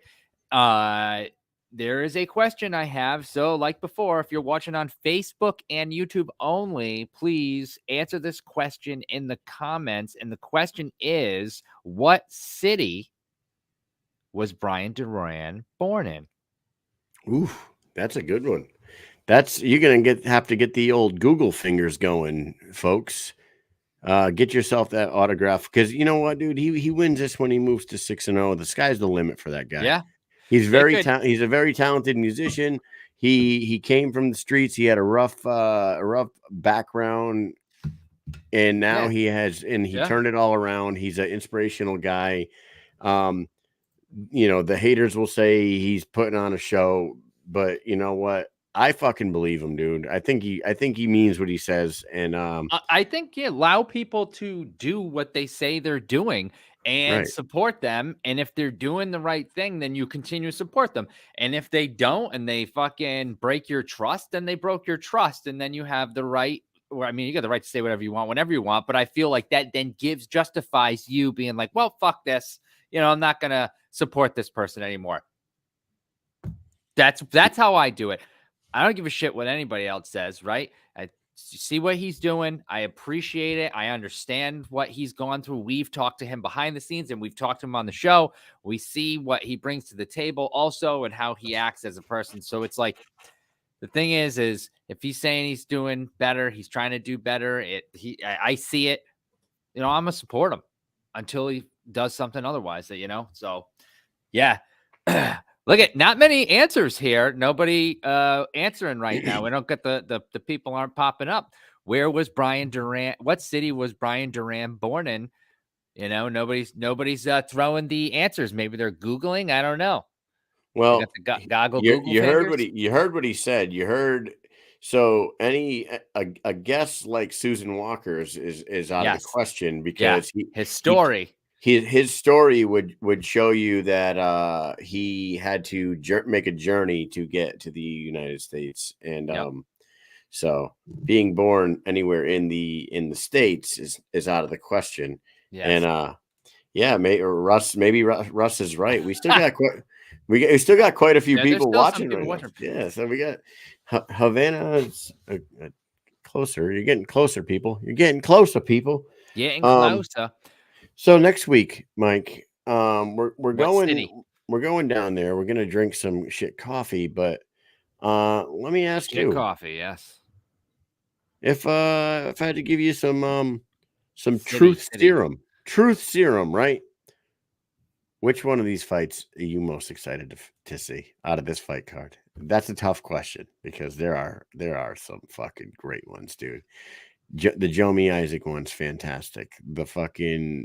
The Peralta Bryce Henry, the Trout Palomino, the Reber Perez fight might be fantastic. Leo Bercier and Tomahawk. If I had to put a gun in your head and tell me who your favorite, which one you're looking forward to the most, which one's got your eye? This is all right. So for me, I do like a good back and forth fight, but I also do like a fight to end before the end, if you know what I'm saying. I want it over before. I want to see a good fight, but I want it to be over. So I have a feeling the Trout Palomino fight goes the distance. I have a feeling that we have a winner, by the way. Yes, I see. So I have a feeling that a few more fights go the distance too. So if I see some sort of a knockout happening, I think it might be the Bryan Duran and Lopez. I think that those two guys are going to come out and try to kill each other. I really do. And they're going to be swinging like crazy. Not like the other guys won't, but I just feel like those guys are going to be trying to kill each other when they get into that ring, like severely kill each other. And we've seen all these guys fight, so we know their styles, we know how they are, and we know what their past fights have looked like. So like I'm factoring all that in. And so far, there's been no time that Duran's fought and not gotten a knockout. You know what I'm saying? And I know Louie Lopez has had some fights, but his last fight was with the now champion. So that did go the distance. However, other fights he's been in have not. So, man, that could be that right there could be a crazy one. And the other one, what I would say is Townsend and Bercier, because Townsend and Bercier, that fight's not going the distance. It's not going. Those guys are going to beat each other up for just a little bit, and it might just only be one round. One of those guys are going to knock each other out. I have no doubt in my mind that that's going to happen. So a lot of the other fights I feel like are going to might go the distance. That comment by Howie Atherton, he said pure entertainment, and he knows. I know that he was talking about the fight that you're talking about. But pure entertainment might be like the nickname for this card, because Jomi and Isaac's pure. It's all great. It's all the fights are great. Blas, so, you know. Blas and Alvarez is going to be a fucking fantastic fight. Chris Garcia and Albert Inclon could be fucking crazy. Yeah. Christine Vicens, anything can happen. So Vicens is in for a fight with Sydney Smith. You know what I mean? Sydney Smith comes to fucking throw down, and she's okay about getting ugly in there, you know, making it an ugly fight. So yeah, with like, and then the Bercy, like you said, there are so many fights. There's on a lot this of card skills and that are pure entertainment fights. Unbelievable. Very well matched up fights. It's great. I love it so much. And I'm excited that this is the first one we're going to this year. So I can't believe it. I cannot wait. Yeah. Cannot wait. So thank you to all of our guests that came on this week. And thank you guys for all tuning in. If you get a chance, if you want to donate to the American Heart Association and help out kids in need for Healthy Hearts, go ahead. Find the link on my Facebook page and our shows page. And, you know, if you got a couple bucks, throw any dollars work, throw it in there and help out the cause. And we'll be much appreciated of that. So with that said, thank you guys for tuning in. No show next week. We'll see you guys in Florida. Mike, you got anything else for these peeps? Nah, man, that's it. See you later. Peace. Shit coffee.